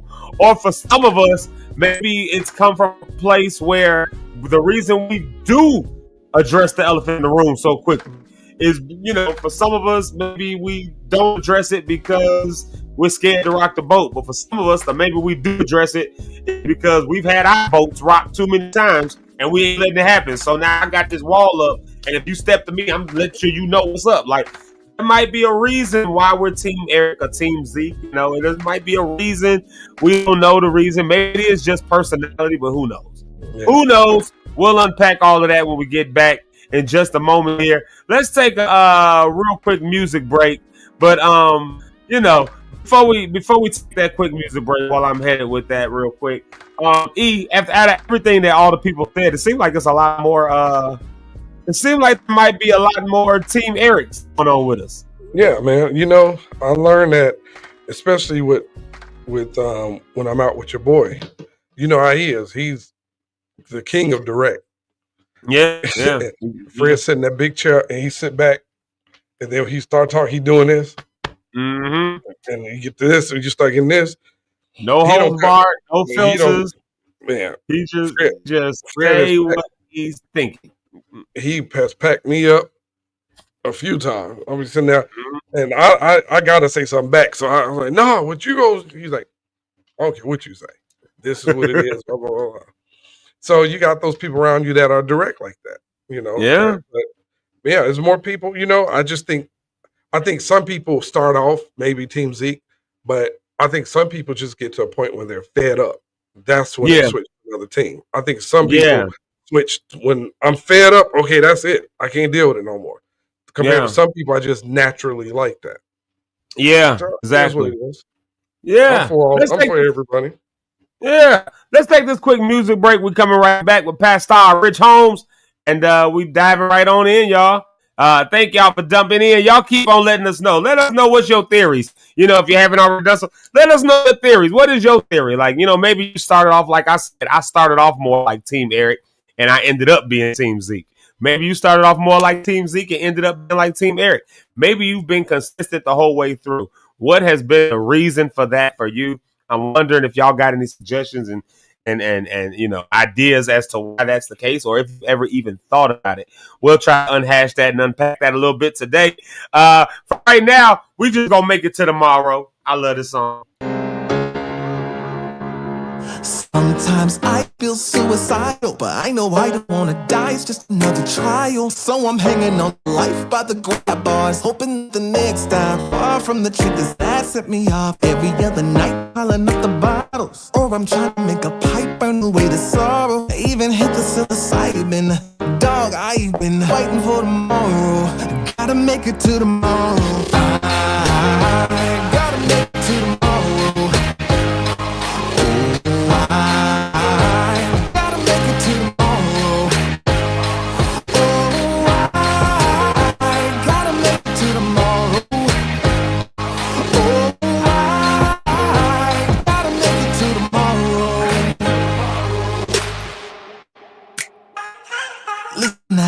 about to go outside, get a little bit of sunlight into my skin. About to take a jog for the endorphins. Sure thing, I know this depression won't take me out. About to make a call to my closest friend, get a laugh and hug myself in the mirror for a minute. I'm trying, you know, 'cause I wanna make it to tomorrow. I gotta make it to tomorrow.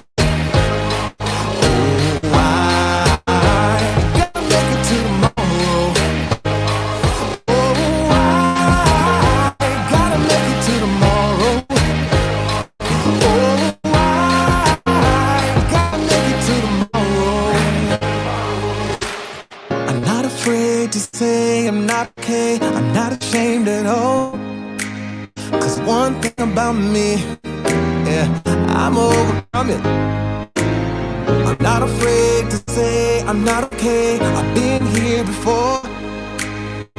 One thing about me, I always overcome. And I know I'm gonna fly when I make it to tomorrow. When I make it to tomorrow.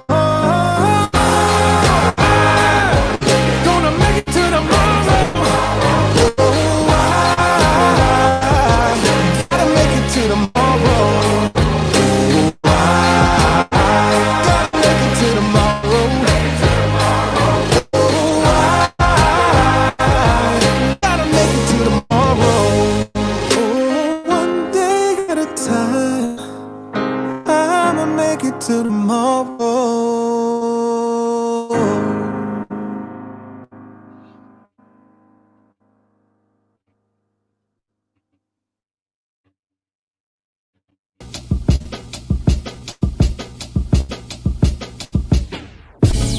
You're a child of the King, and His love is supreme. Said He knows your days and He knows your nights. You're more than just inspired.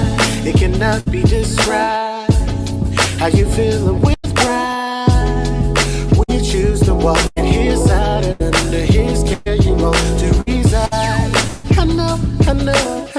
Sometimes this life will go out of your smile. Try to pull that away from you.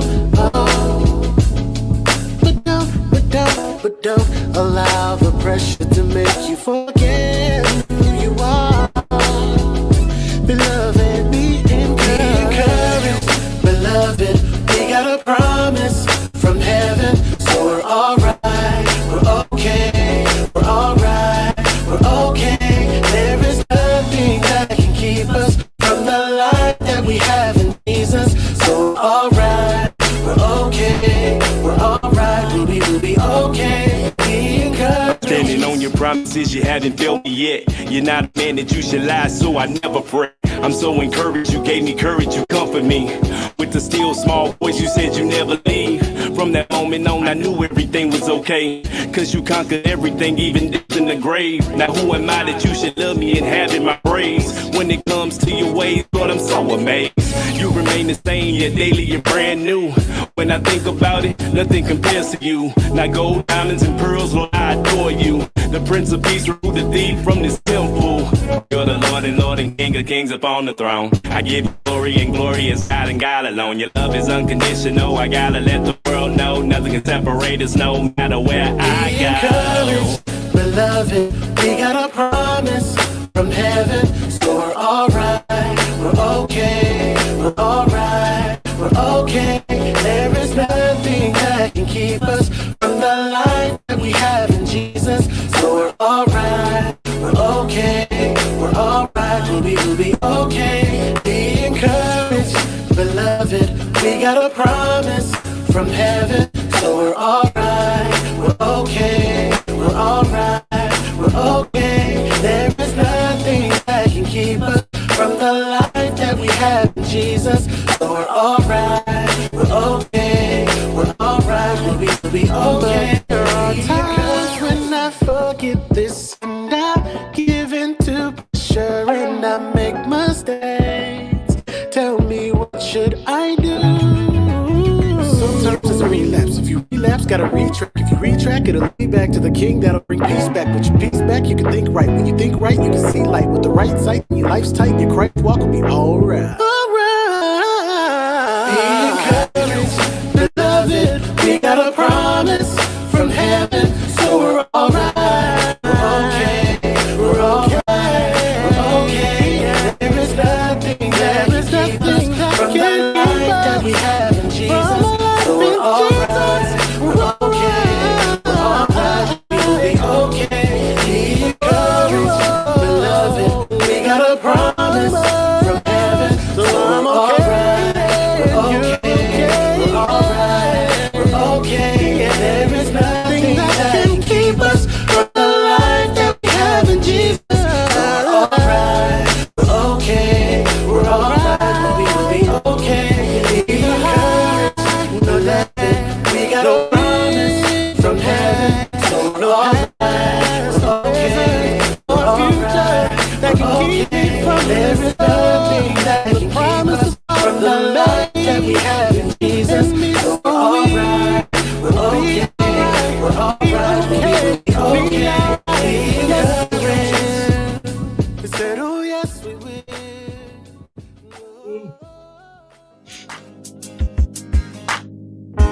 And we back. Shout out to Mr. Mervin Hammond and the whole,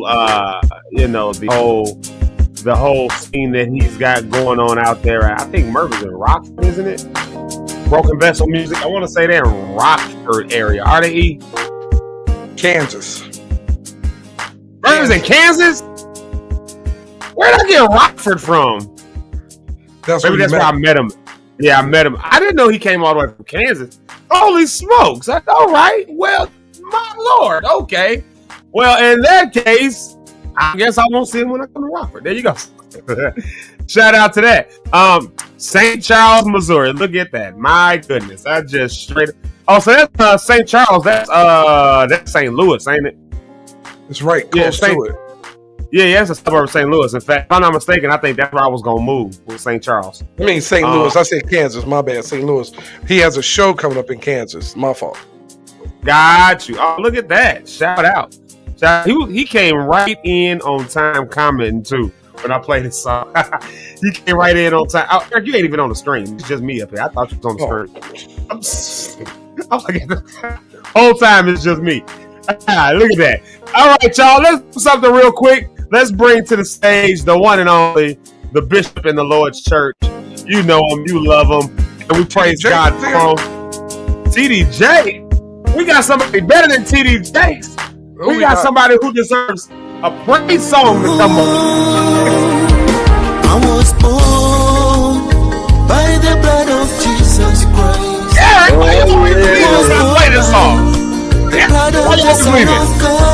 Oh, y'all, Eric. Oh, my God. Eric, Rich, I'm going to redo this song, I think. I'm going to this song is in my head too much. Hey, man, you can do it. If anybody can remix this one, you can do it, man. You can yeah.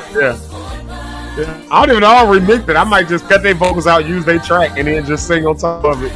I was born. Oh, I was born. Yes, I was. Come on, say it, should. Yeah. Yeah, there it is right there. Everybody welcome Pastor Rich Holmes. Hey, what's happening, everybody? Good morning. I'll leave immediately when that comes on. Eric is something else. I'll tell y'all about that Eric right now. My Lord have mercy. Eric ride it out. Eric rode out. That song come on and Eric rides out. It is so dreary outside. I'm looking out the window. It is. It's very sad and dreary looking. But I will say this much. After that humidity that was yesterday, I got a 9 o'clock, or not a 9 o'clock, I'm sorry, a 9:30 that I'm kind of in and out of. I got a 10:30. I got a, like, we're multitasking over here. Yeah, we're live and I'm setting stuff and sending stuff off. And yeah. Rich Holmes, what's cracking like in Doc? Yo, what's happening, man? Before I start, I want to give a shout out to my son, Prince Richard Holmes III. This is his 11th year birthday. This is the day still a liar. For those that don't know this story, he was born at 25 weeks preemie. He weighed 1 pound, held him in the palm of my hand. So you want to talk about a faith journey? That's one right there. 87 days in the NICU, and 11 years later, after they said he had a 50% chance of living, he's alive and well now. Celebrating 11 years. Right. I'm supposed to have a shout track queued up. I need a shout track queued up for stuff like that. My goodness, I ain't got no shout tracks. I ain't got no shout. Well, since Prince is a sports person, happy birthday track queued up. I ain't got no. But since he's a sports person, I'll just play this sports song from the dang. Since he's a sports person, we'll use that as the shouting music. Just say happy birthday, Prince. Yeah, I remember that. I remember when that was going down back in the day. That was a stressful time, man. It was a lot going on just around the whole situation. Was a lot stressful. Yeah, that was you, man. You pulled through that thing, Doc. That was. Oh yeah. Boy, I need to lean on your faith a little bit every now and again. Yeah, remember what that was like when you was going through that, because I saw it, and toughest time in life, but you make it through. We overcome. You just got to go through it and stay faithful to the cause of what it is. So, hard times gonna come, struggles gonna come. You're gonna shed a tear. You're gonna cry. You're gonna do what you got to do. At the end, your anchor got to be strong, as they told us old school. Where does your anchor go? And so I made sure I the heart. So yeah, good stuff. There they are. Wishing years later, still gets the glory. Yeah. Shout out to Ms. Ursula Ellis. She said, wow. That she's saying, oh, wow, thank y'all. Happy birthday to him. Yeah. Crazy timing, bro. Yeah. He logged in right on time. Right on time. Like, right when I asked that question, he came right in and answered it. But yeah, happy birthday, Prince. June 4th. Yeah. Matter of fact, speaking of which, today, hold on, bang, it's today, food birthday. All right, bet. Happy birthday to my sister-in-law. There we go. Country over here, I just yell around. Lisa! Happy birthday to my sister-in-law, Fooey. Happy birthday to her. I told y'all my niece turned 18 yesterday, so yesterday was her birthday. Today my sister-in-law's birthday.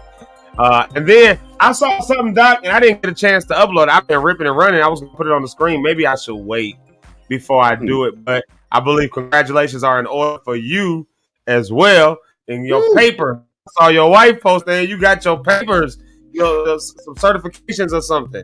Yeah. He's officially passed star. Yeah, he's officially eligibility to be a past star entity. He made it. You're the next Lenny Brewski. I can tell me you're the next Lenny Brewski. Next Lenny Brewski, man. I passed the Lemmy. Yeah. I'm telling you, that was something else, man. That was a faith journey in itself, man. So, how does it feel? Let's know. This actually helped a lot of times to get some understanding perspectives of other people. Like, oh, all right, great, and take it back. So it was encouraging. So, man, those that are in classes or doing that or want to pursue it, make sure you got the grace to handle it, bro. Like,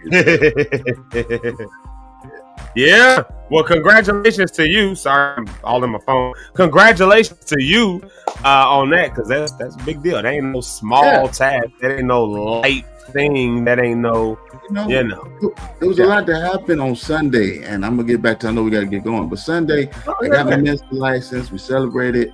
My son also got baptized on Sunday. So it was a historical day in the Holmes family on Sunday. I got in the pool for the first time and actually baptized my son with my father. So my father was there with me. This is the last time he going in the pool, so it's historical. Man, it was an amazing time. So it was a great time in the Holmes house this week, man. So. Wow, that'll be a day then that gets. Hopefully, y'all got all the videos and stuff like that to memorialize it forever, because that is a big deal. That's generations passing the baton. In the faith. My niece and nephews, Dre, I got to baptize them, but he said the name. And, it was just great, man. Nice. Hey, good deal. Shout out to the Holmes household just at large. Holmes at large. There you go. Y'all did the thing, man. Congratulations. Definitely. Woo! Man, so Past Star, now that we can call you Past Star for real. What's up? Yeah. What up? I'm here. Let's go. Past Star, be rich. We've been talking about this thing with the elephant in the room, and we asked all the people, we asked all rock stars that's with us today. We asked a real simple question. We said, are you guys Team Eric or are you Team Zeke? And so Team Zeke is the team, and you know this of me, Doc. Well, both of y'all that's on the screen, y'all know this of me. I will play the diplomatic role until I put myself, and I'm gonna watch my words when I say this, but I'm saying it seriously but jokingly as well.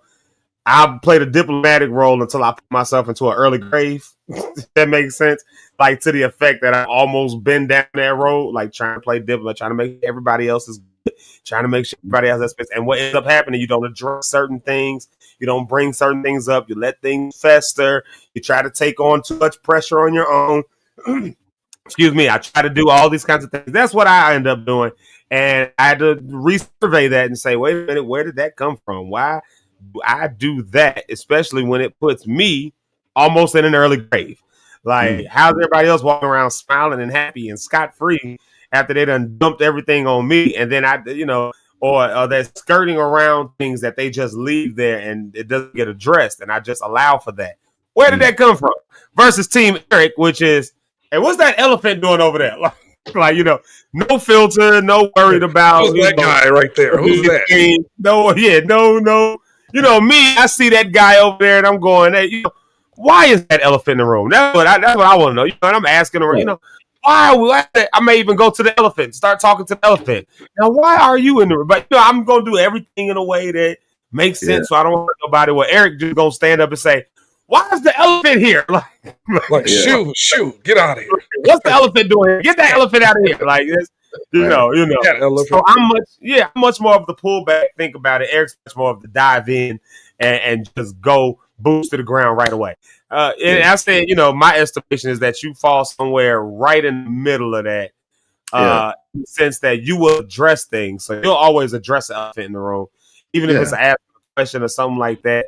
And it may not be the kind of addressing that's like, this needs to be done. You need to do that. It may not be that, but it ain't also just festering either with you. Like, is that a pretty good assessment that I made there? No, it is. You're right there. I'm right in the middle, man. And I think it's based on, I really take the time to try to get an understanding of the person or the situation before I go forward and speak on it.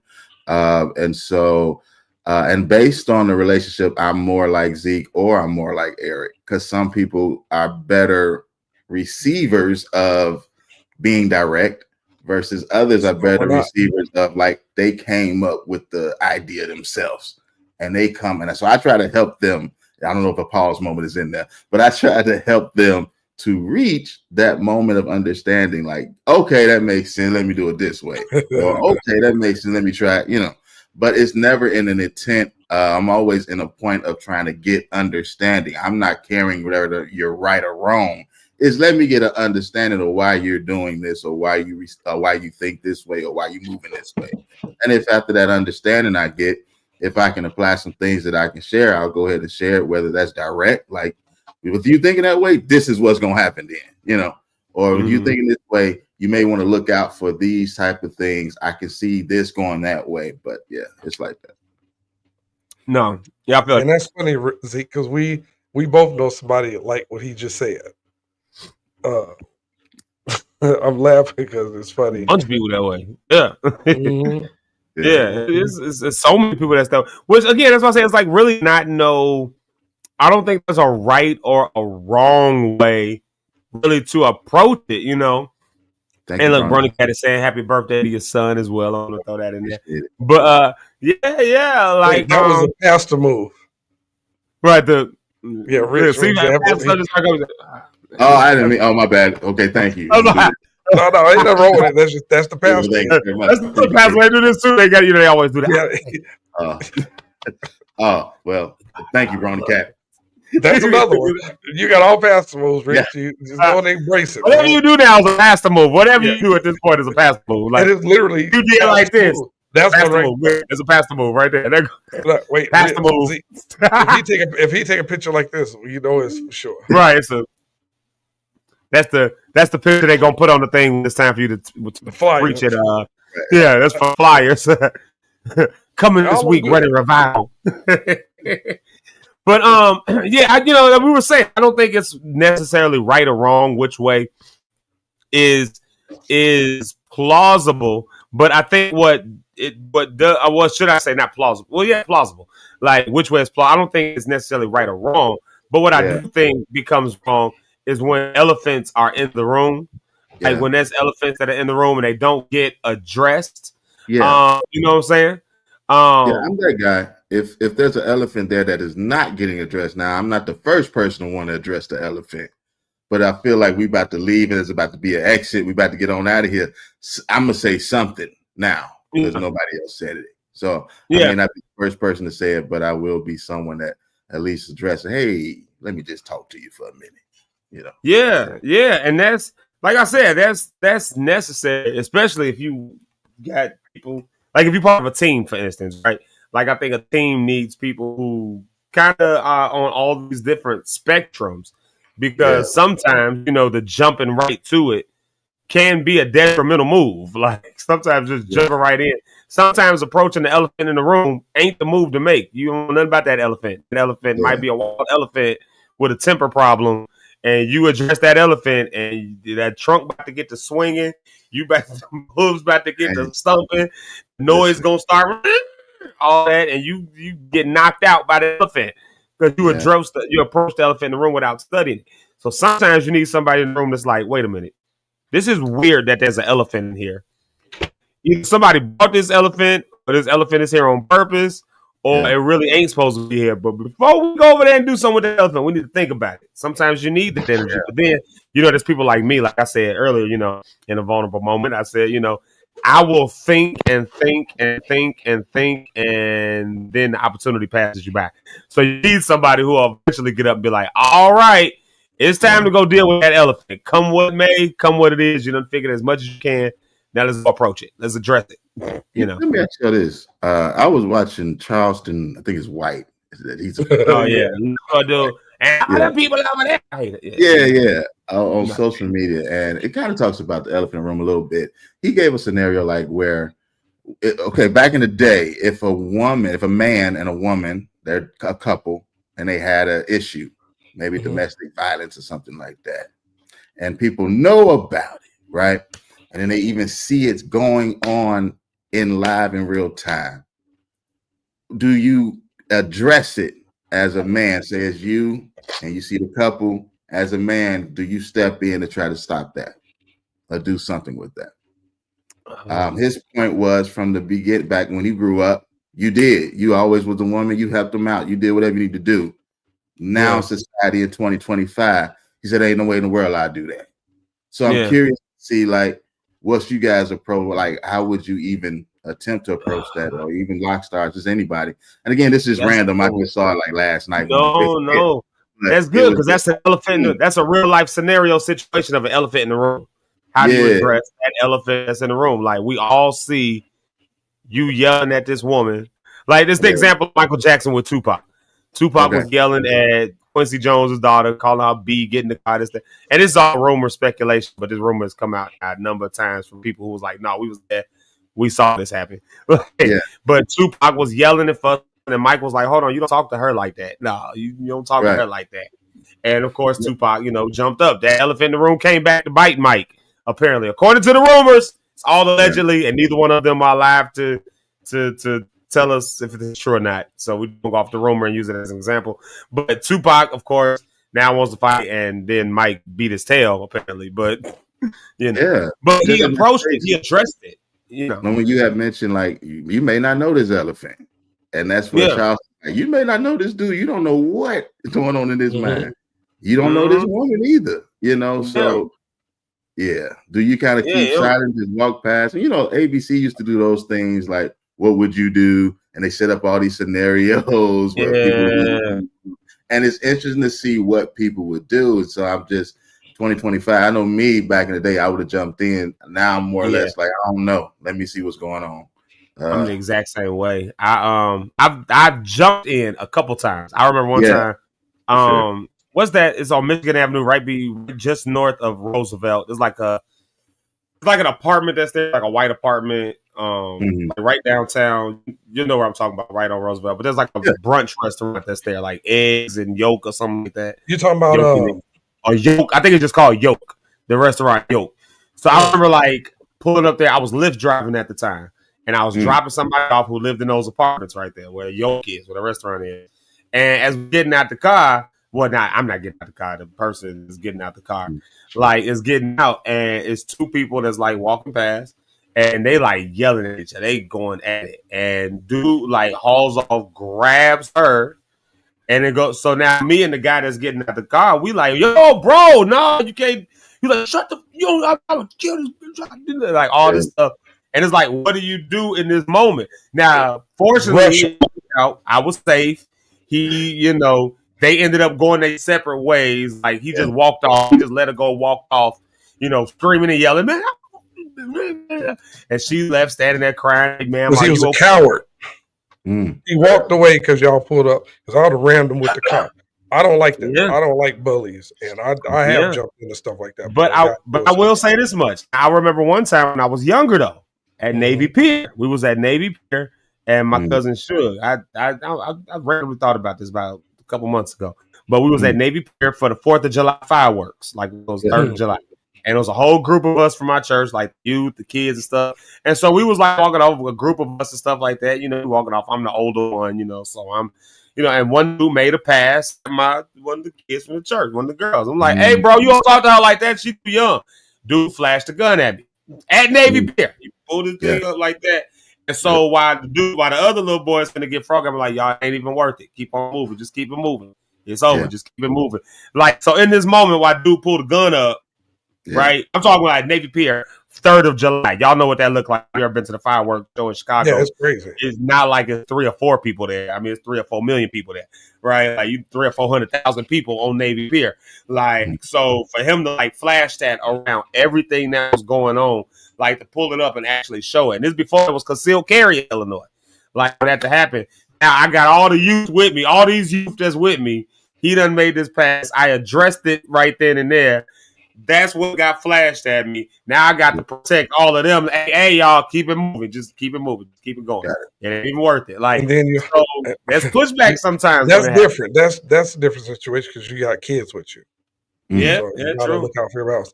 But he had the gun and I ain't had one. So even if I didn't have kids, see, that's man, I draw kind of hollering gun and pointing at him. He got a gun. Boy, it causing disruption and people. But no, I get it. But see, now in Indiana, we can carry too. Yeah. Without permits. You don't need a permit in Indiana. You just go buy a gun and keep it on. Yeah, you just go in there. Yeah. Now he lift his shirt, you lift it back. Like,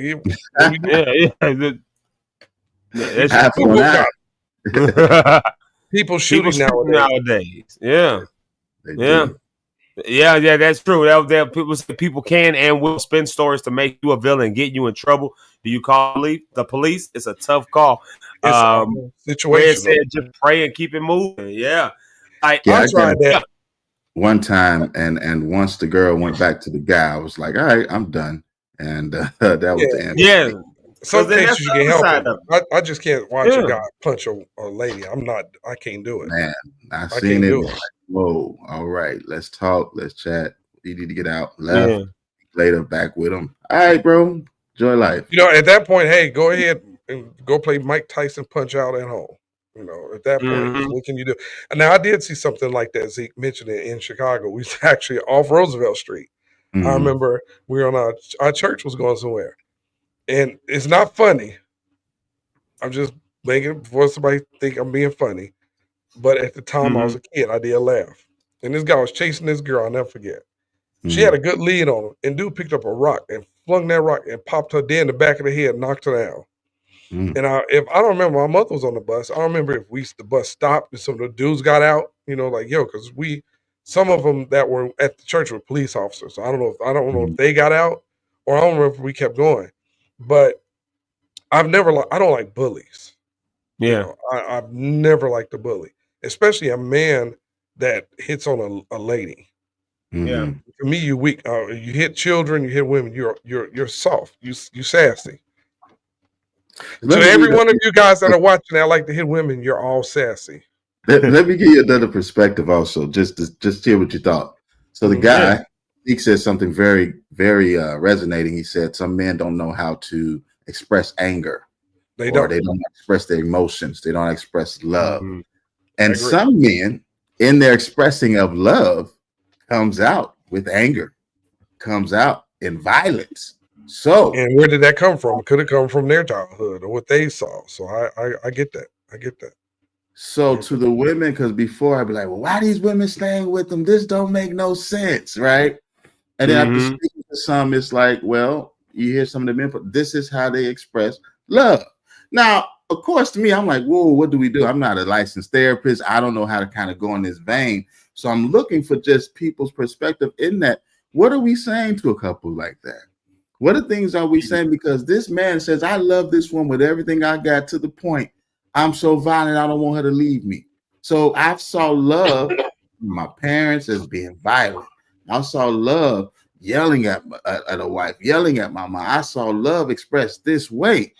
So what do we do with that space if you can speak to the female? I know y'all men, but even to speak to the man, like to help him out in that situation, if y'all can see that. I think that's why I love having conversations just like this right here. Like I love putting conversations like this out there because then people can always go back and see them and realize hey, this ain't normal. Just because it's normal for you don't mean it's the normal way things are supposed to be done. Like so, expressing love through anger ain't normal. Like expressing love through hitting a lady ain't normal. It maybe you grew up with it and it was normal for you and it's what you know. But just because you know it, don't make it right necessarily. It ain't normal.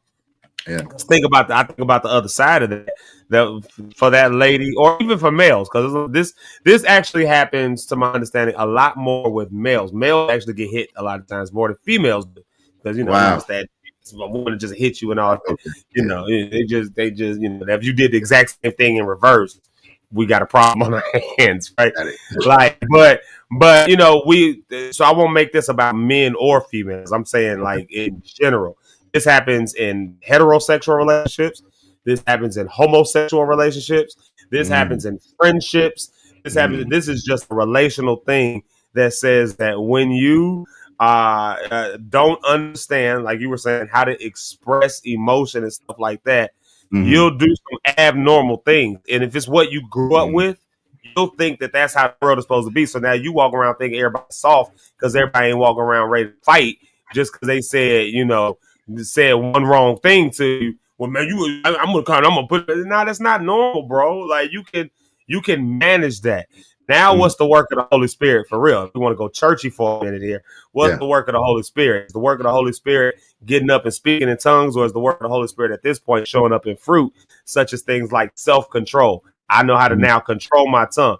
Is it showing up in things like meekness? I know how to like humble myself for a minute. Because though I want to jump in your face, let me humble back for a second and think on it. You see what I'm saying? And so allowing that work to happen from that directive and that perspective, because otherwise you just walk around thinking that you all good, you all right. And I love her. And see what ends up happening is that other party, they understand that you love them.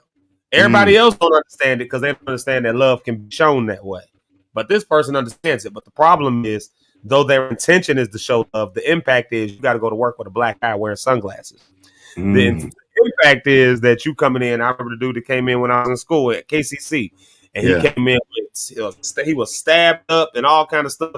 And it was like, dang, I forgot his name. It was like, dang, what happened to you? He was like, man, me and my girl in a fight, but that's how I knew she loved me. And we was like we in college, and we like, nigga, what? Like she in jail right now, and you just got out the hospital and still came to school all bandaged up, the blood bleeding through the thing, and that's how you know she loves you? Nah, bro, that's not normal. Like sometimes that becomes now the elephant in the room, where somebody might need to address it. That's where the preachers need to be able to rise up now and know that these are real things that's going on, so that they can be the ones who champion addressing that elephant in the room when the time is right. But and I'll say this last part of it though. But that's why it's important to know people, get relationships with people. Like we got a lot of preachers who just want to preach at people, but don't do a good job with discipling people. And the thing about discipling is to know people, and when you get to know people, people will listen to you even when they're the most aggressive kind of person. So now when you need to address an elephant in the room, just like this comment says right here, my granddad always said, you do what you can to protect the vulnerable, but you only address and correct the aggressor if you know them. I agree with that. A whole lot of folks, and if I'm bringing around church, we got a whole lot of preachers who standing on podiums preaching at situations and don't know the people actually in the situations. So the people in the situations have no respect for it. So the people who are addressing at least the elephant in the room don't really have a way to actually address it in person in a way that actually fixes situations. And I think we need more people who are willing to dive into those deep places with people and just know people for who they are. Know them for who they are, and then be able to address that stuff. So I'll shut up right there. Go ahead, you gonna say something? Oh no, I'm listening, man. He was right. I agree with that. But that's that's my take to it. That's I agree with her comment. Yeah. Like the cycle continues. Yeah, like it'll just keep going that cycle. And we talk a lot about breaking generational curses and stuff. Well, you can't break a general curse if you don't address it. You can't get over anything if you don't confess it. Yeah. If you don't acknowledge it. Yeah, you can't conquer what you can't confront. That's what I was trying to say. You can't conquer what you won't confront or what you can't confront. And that's why I think it's important to try to figure, where does that come from then for those of us who don't address things? Sometimes where does that come from? Because there are those who will address and jump in. But what about for those of us who don't? What makes that happen? Is it fear? Is it? I think before, for me, it was fear of rejection. It was fear of people not receiving what I'm saying, and it was definitely was in there. And then again, once you change and shift, then it kind of becomes a different perspective. I'm gonna just say what I have to say. You know what I mean? Whether you take it or not, then that's on you. But I'm gonna say what I got to say. We can go ahead and get some ice cream later. You know what I'm saying? Kick it. But that's more the mindset I have now. But before, it's like, I ain't gonna say nothing because they gonna look at me differently. I fear being rejected. They gonna think I'm too holy. I'm trying to do everything right and perfect. Let me just sit up here and be cool. And I'm really like, I can help you though. And so I started to realize I really want to help people. So let me just say what I say because I think I've gained enough knowledge. I've had some experience. I can share some of my thoughts. And whether they take it or not, that's cool. And I had to be okay with that and accepting of it. Yeah. No, I think that's good right there. Yeah. Fear is definitely one of those big ones right there. I'm with you in that boat. Sometimes fear of the rejection, or fear that somebody gonna like now leave, especially when you deal with a lot of volunteer situations. I think that's why a lot of church people do that. It ain't always about trying not to offend people. Sometimes it's about trying to maintain the people that you got because we ain't paying these people nothing, and we can't do what we need to do if these people don't show up. And so if everybody up and leave tomorrow, then we effectively manage expectations. How do we manage expectations? Yeah. So sometimes it's fear, but sometimes I think people they just don't like they don't like to rock the boat. They don't like to ruffle. Well, I guess that is fear too, not wanting to ruffle feathers, not wanting to rock the boat, but some people just shy. Some people just have a shy demeanor and they just like, well, I'm scared to say something. I think shyness is a level of fear. Would you agree with that? I think I agree with that to some degree. Yeah, I think that was always my thing. I was shy, but I didn't want to have fear. So I had to develop, how can I make that happen? If, how did you do that? Faith over fear all day. Like, that's just me. I shifted my believing system to not believing what everybody told me, but choosing to believe what I felt God was telling me. Right. And so I could take the words of what society would say, and I knew what that would do to me. It kept me in a certain space, or shift to kind of change to what Kingdom was saying. So, but that's how I did it. Yeah, no, I feel that. Yeah, but I just understand it, right? Yeah, and I just go ahead. What I would say the other side of this is because there's the fear side. We can go there because I think a lot of the reasons are all steeped in fear, like you getting that. But then there's the other side of that too, though. Some people don't say nothing because they genuinely just don't care. So there's one side of not caring what people think, in the sense that I'm gonna say whatever I'm thinking, I'm gonna address it. I don't care what you think about when I address it. Then there's the other side about not addressing something which ain't from a fear base, but is I don't care what y'all got going on anyways. Like it don't affect me not one way. Okay. So if I watch this dude just smack this woman, I'm not going home tonight. I don't care. I got bills to pay. I got kids at home. I got to worry about that. They're worried about themselves. So sometimes there's a sense of selfishness, if you will, that might dig in that says, I'm not going to address that because ain't going to benefit nothing out of it. This is a question then for both of you. As Christian people, are we to have that attitude in that situation? That don't care? Yeah. I don't know. As Christian people, as believers, do we have the attitude of, like you said, if we see somebody smack somebody or this happening, like somebody homeless and man, I lost my job and blah blah blah. I don't care. Are we to have the I don't care attitude as a believer? Now I know some people have it, but is that something that we're supposed to be allowed? Are we allowed to have that? It's interesting. I don't care attitude. I wonder what the rock stars think because I don't know. Like I think it might almost depend sometimes on the situation. Again, I think you got to know people. Like if you don't know people, it's hard to address situations you don't really know full backstory. Oh yeah, I agree with that part. So sometimes you can like dive into something without knowing. For instance, like I know we've been using the example of if a man hauls off and hits a woman. I don't know. I mean, it could. That's a pretty extreme example though. So we probably could say like if that's a thing that happens, I mean, what if the case was though that woman just pulled a gun and flashed it on him? She was about to do something to him, so he grabbed her real quick by the arms. Now I'm getting out the car. Hey, bro, no, don't grab her. Meanwhile, he's about to lose his whole life. Like she was about to. Now she doing all that. Like I don't really know the actual situation. I just know the perspective of what I saw in the moment.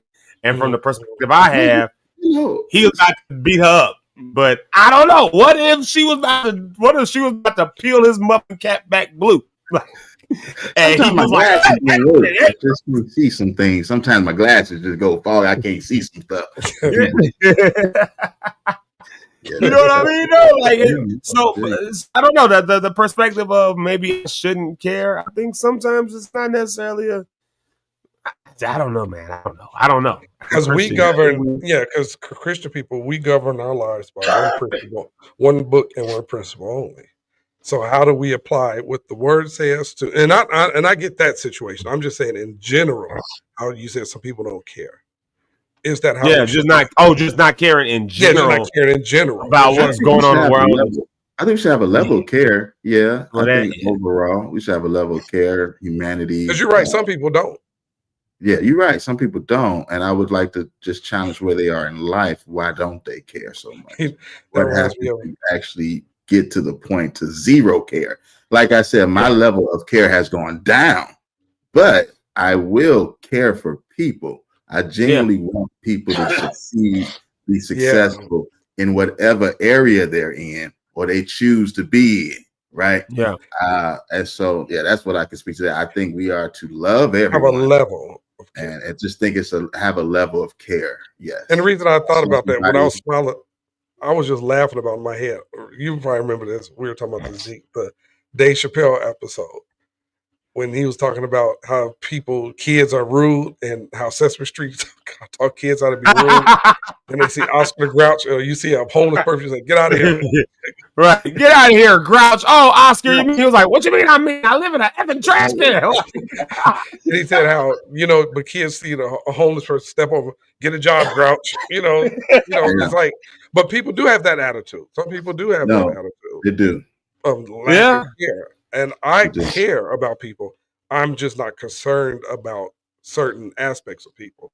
What I mean, I care about people, but I don't care about the attitude. I care about people, but I don't care that, because like I told Zeke, people, I don't believe in giving everybody white glove, handling with kid gloves, white gloves. I don't believe in that for everybody because you didn't do it with me. Now, to an extent, as a believer, of course, you handle people a certain way.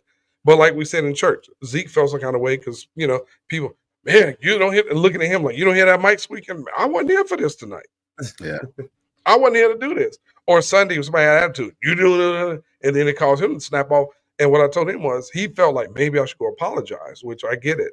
But at the same time, they didn't feel wrong about saying it to you. So why do you feel bad about your response back to them? Yeah. People get back what they give. Yeah, I feel that too. I don't typically do that. I'm not typically a give back what I give. I'm not typically what's given. I'm not typically that guy. I'm typically the one that, and this is why I know to some degree it's a superpower to be on Team Zeke's side, because sometimes that's the side that actually breaks barriers sometimes. But again, it's got its limitations. I need a Team Eric going in there that sometimes just breaks ground immediately. Just boom. It's almost like good cop, bad cop. Like, right, That's what it is. It's one of the oldest tricks in the book in police and detective work. It's one of the oldest tricks in the book. You essentially put one guy in there and he's really nice and and he's saying stuff. Then the bad cop, he's not getting nothing out of it. So the other cop comes in and he's, you gonna tell me you're gonna tell me I'm gonna beat you with this phone book. You know what I mean? Like, and then and then he starts going crazy and he's like, oh no, give me back to the nice guy. I want to I'll talk to him. Like it plays off of each other. What they say, hey, I can't hold them back. Now you better answer the question. All right. I'm sorry, I can't really hold them back. Like Superman and Batman. Superman is right. Nice guy. Batman is like, I'm gonna break your arm. I get it. I think that. But you need an Eric ride out on your side. I'm tell you that. You need a team ride out. You need someone to go there to break up the shallow ground, because there's some things, so on the manager side, artist side, like, we don't want Zeke to be that guy. We don't want him to address things in the room. We want Eric, we want myself to handle those things so that he does be a happy, bubbly artist and jump on and just be that guy all day, right? And then y'all can get Zeke live and hip. But on stage, we want Zeke live. And let's go, we're gonna do our thing. But what's crazy is but what you just said is a good point, because what's crazy is when I do reach a certain point, and y'all know this is gonna be too, I get very much this was gonna be, this what it is, no. Forget you, bro. No, this is what it's gonna be. All right, fine. Like, I remember one time, Eric, you remember this? The whole crowd was crying. It was like, rehearsal over. Everybody get out. Just go home. I don't care where you go. Everybody just leave. Go home. Like, and by the time it was done, I had to bend the room. You fired. You feel like everybody got like it was you, me, and Tiana sitting in the back of the building after it was over because you kicked everybody out. And I remember that rehearsal. You got me. Just the middle of rehearsal. The band, wait. Somebody else came back in. I ain't gonna say her name. She came back in. I feel like you're like, well, you get out too.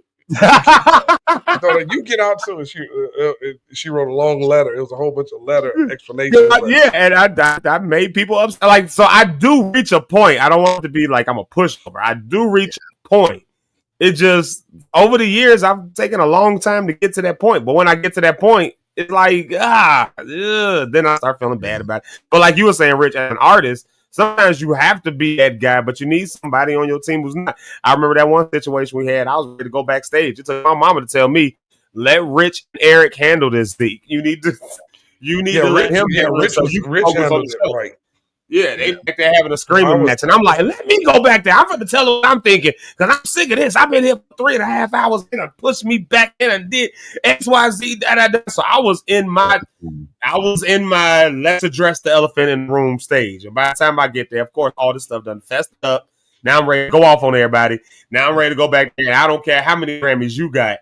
You can get this boot up your butt just like everybody else. Like I don't care at this point. Like, because what's wrong is wrong and what's right is right. And that's just kind of where we were with it. But again, I got Rich on my team, and so Rich handled that. Yeah, he handled that for me, Now, when it was said and done, I definitely was like, oh, Zeke, how was it? Horrible, bro. It was horrible. Y'all was rude. Y'all kept pushing me back. This was not a good experience. I'm out of here. I ain't doing no. Are you going to still do the interview? Absolutely not. I'll see y'all later. And then I walked out of the household. And that was took everybody with me. Yeah, I am complete. Yeah, I am. We're past the bill. I am complete. Get out of here. I am complete. Oh, y'all. It's gonna be a good one. I will. Let me round it out right here so we can get out of here, because I do got a 10:30. So let me round this out right here, though. This, I love this comment. What God reveals he intends to heal. I think sometimes we forget in relationships too. I think sometimes we forget that in relationships too. If you don't address it, you might miss out on the healing. And if the ultimate goal is to get the healing, you won't get to the healing if you don't address something. You'll just energy never dies. That's what rule is that? What law is that? Energy doesn't die. It's only transferred. Energy doesn't die. It's only got to get in my chat GPT. But energy doesn't die. It only transfers. That's a scientific law. I just can't think what the law is called. But energy doesn't die. It's only transferred. Oh, that's the law of conservation. Conservative is the law of Don't get me lying. Let's see. Hold on. I'm gonna chat GPT it real quick. I'm a chat. Where Pastor Bill at with I think chat that's GPT? the law of conservation of energy. I think. Where Pastor Bill at with prompted by faith? We need to prompt up by faith real quick. Hold on, wait a minute. What? Energy doesn't die. It's only transferred. What law is that? Let's chat GPT that real I thought quick. it was the law of conservation of energy. You might be right, Doc. You might be right. I don't know. I think that's the But saying that to say, yep, you're right. Yep, the law of conservation of energy. There you go. Yep. First law of thermodynamics. That's what first law of thermodynamics. See, I was trying to think about it. Energy doesn't die. It only transfers. And I'm saying that to say, if you don't address something, all of that energy that the elephant in the room is creating, all that negative energy, it don't die because you don't address it or sweep it under the rug. It just transfers. The question is, where is it transferring? Well, if you're the one that's the middle of the situation, it's transferring on to you. Like, you now have to wear it. You have to bear it. And that's why it's good to address it. That's why I appreciate that comment that Jesse left right there. That, what he reveals, he intends to heal. Great comment, Jesse. Once at the end of the whole thing, I think that was a good way to round it out right there. That comment right there. Like, if something is there, if it's an elephant in the room, go ahead and address it. Go ahead and talk about it. Go ahead and deal with it. It's okay. It's okay, especially if you know the person and you know their heart, they know your heart. That'll go over a whole lot better than if it's just somebody off the street, some rando that you just walk up to and try to tell them something. So, be ready to heal. It's Wellness Wednesday, it's Way Up Wednesday. We do our wellness check. This whole episode was basically a wellness check at the end of the day. But I discovered that all the lock stars are basically Team Eric. So all the lock stars are apparently attitude problems that I don't know. They'll tear the room up. Right. We just found out that we got some gangsters in the lock stars. So speaking of gangsters in the lock stars, we didn't see her Rita. today, so Rita. She's back locked up. Rita. Hey. We'll post tomorrow where she is so y'all can put some on her books. We'll let you know where she is tomorrow. So Lord. Let's do our round table. Let's get on up out of here. This is a great topic. This is good just perspective for me today. I don't know. Thank you, Pastor Rich Holmes, for jumping in with us as we broke down Team Eric versus Team Zeke. Eric, how would you start it off since most of the rock stars are Team Eric? You'll be that champion this morning. Thank all of you all for joining. Just a quick update. The event we were going to announce, I don't know if Zeke mentioned, it's not happening. I did not. It's not happening, and some other things. But June 27th, pop-up number 2 with Brandon is coming back to Chicago. Brandon P will be back in Chicago. We'll have more information with that. Thank you guys for joining us today. We hope you learned something. Hey, you may be a Team Eric, you may be a Team Zeke, but find out what team works for you. You may not be either. Find out how God wants you to handle situation, how to handle conflict, how to handle confrontation. All right. Don't forget to like us, comment, subscribe, do all those good things. And as I say every day, God loves you. And I'm talking directly to you. He loves you. Jesus gave all for you, give all for him. I'm going to hand it over to the official paperwork pastor now, Rich Holmes. Hey, what's going on, everybody? I hope you are having an amazing day. I hope something was said today to be impactful, help you push you past into your purpose and give glory to God. Like I always say, life is choice driven. You will live and die by the choices you choose to make. I got a hint for you. Choose life. God, let's pray for a minute. God, thank you for this time of coming together for these, your believers, saints and ain'ts people, like-minded faith. We pray, Lord God, in this community as we address elephants in the room, Lord. We seek guidance, we seek wisdom. And God, above all, we seek understanding. And we acknowledge and we come in love and we come in grace and we come in peace, Lord God. Give us the words to even say if we find ourselves having to address these type of situations, God. We thank you for it, Lord God. We thank you for continuing to be with us on our journey. Let this be the best day we experienced this week. Until we meet again, I'll talk to y'all later. In Jesus' name, amen. Amen. Amen. Thank you so much, Pastor Rich Holmes, for that. Thank you to everybody who's jumped in. We know it was a good prayer because Miss Ursula Ellis said amen and amen. Oh my God, Doc, you got 2 amens today. Oh, Jesus. Glory. And then right here, Mama JP Rideout says, great conversation, guys. Congratulations, Pastor Rich. Congratulations to you. And a happy birthday to Prince. There we go. Yeah. And you said something in the prayer that just made me really just think, if anybody's looking for it, I'll give a Pastor Bill Ellis plugger right here. Because he's the AI the AI guru. He's becoming the AI guru. And one thing that you can use if you're not in the AI spaces, here's one actual way you can use AI to help you out. And this speaks to us in our Christian walk.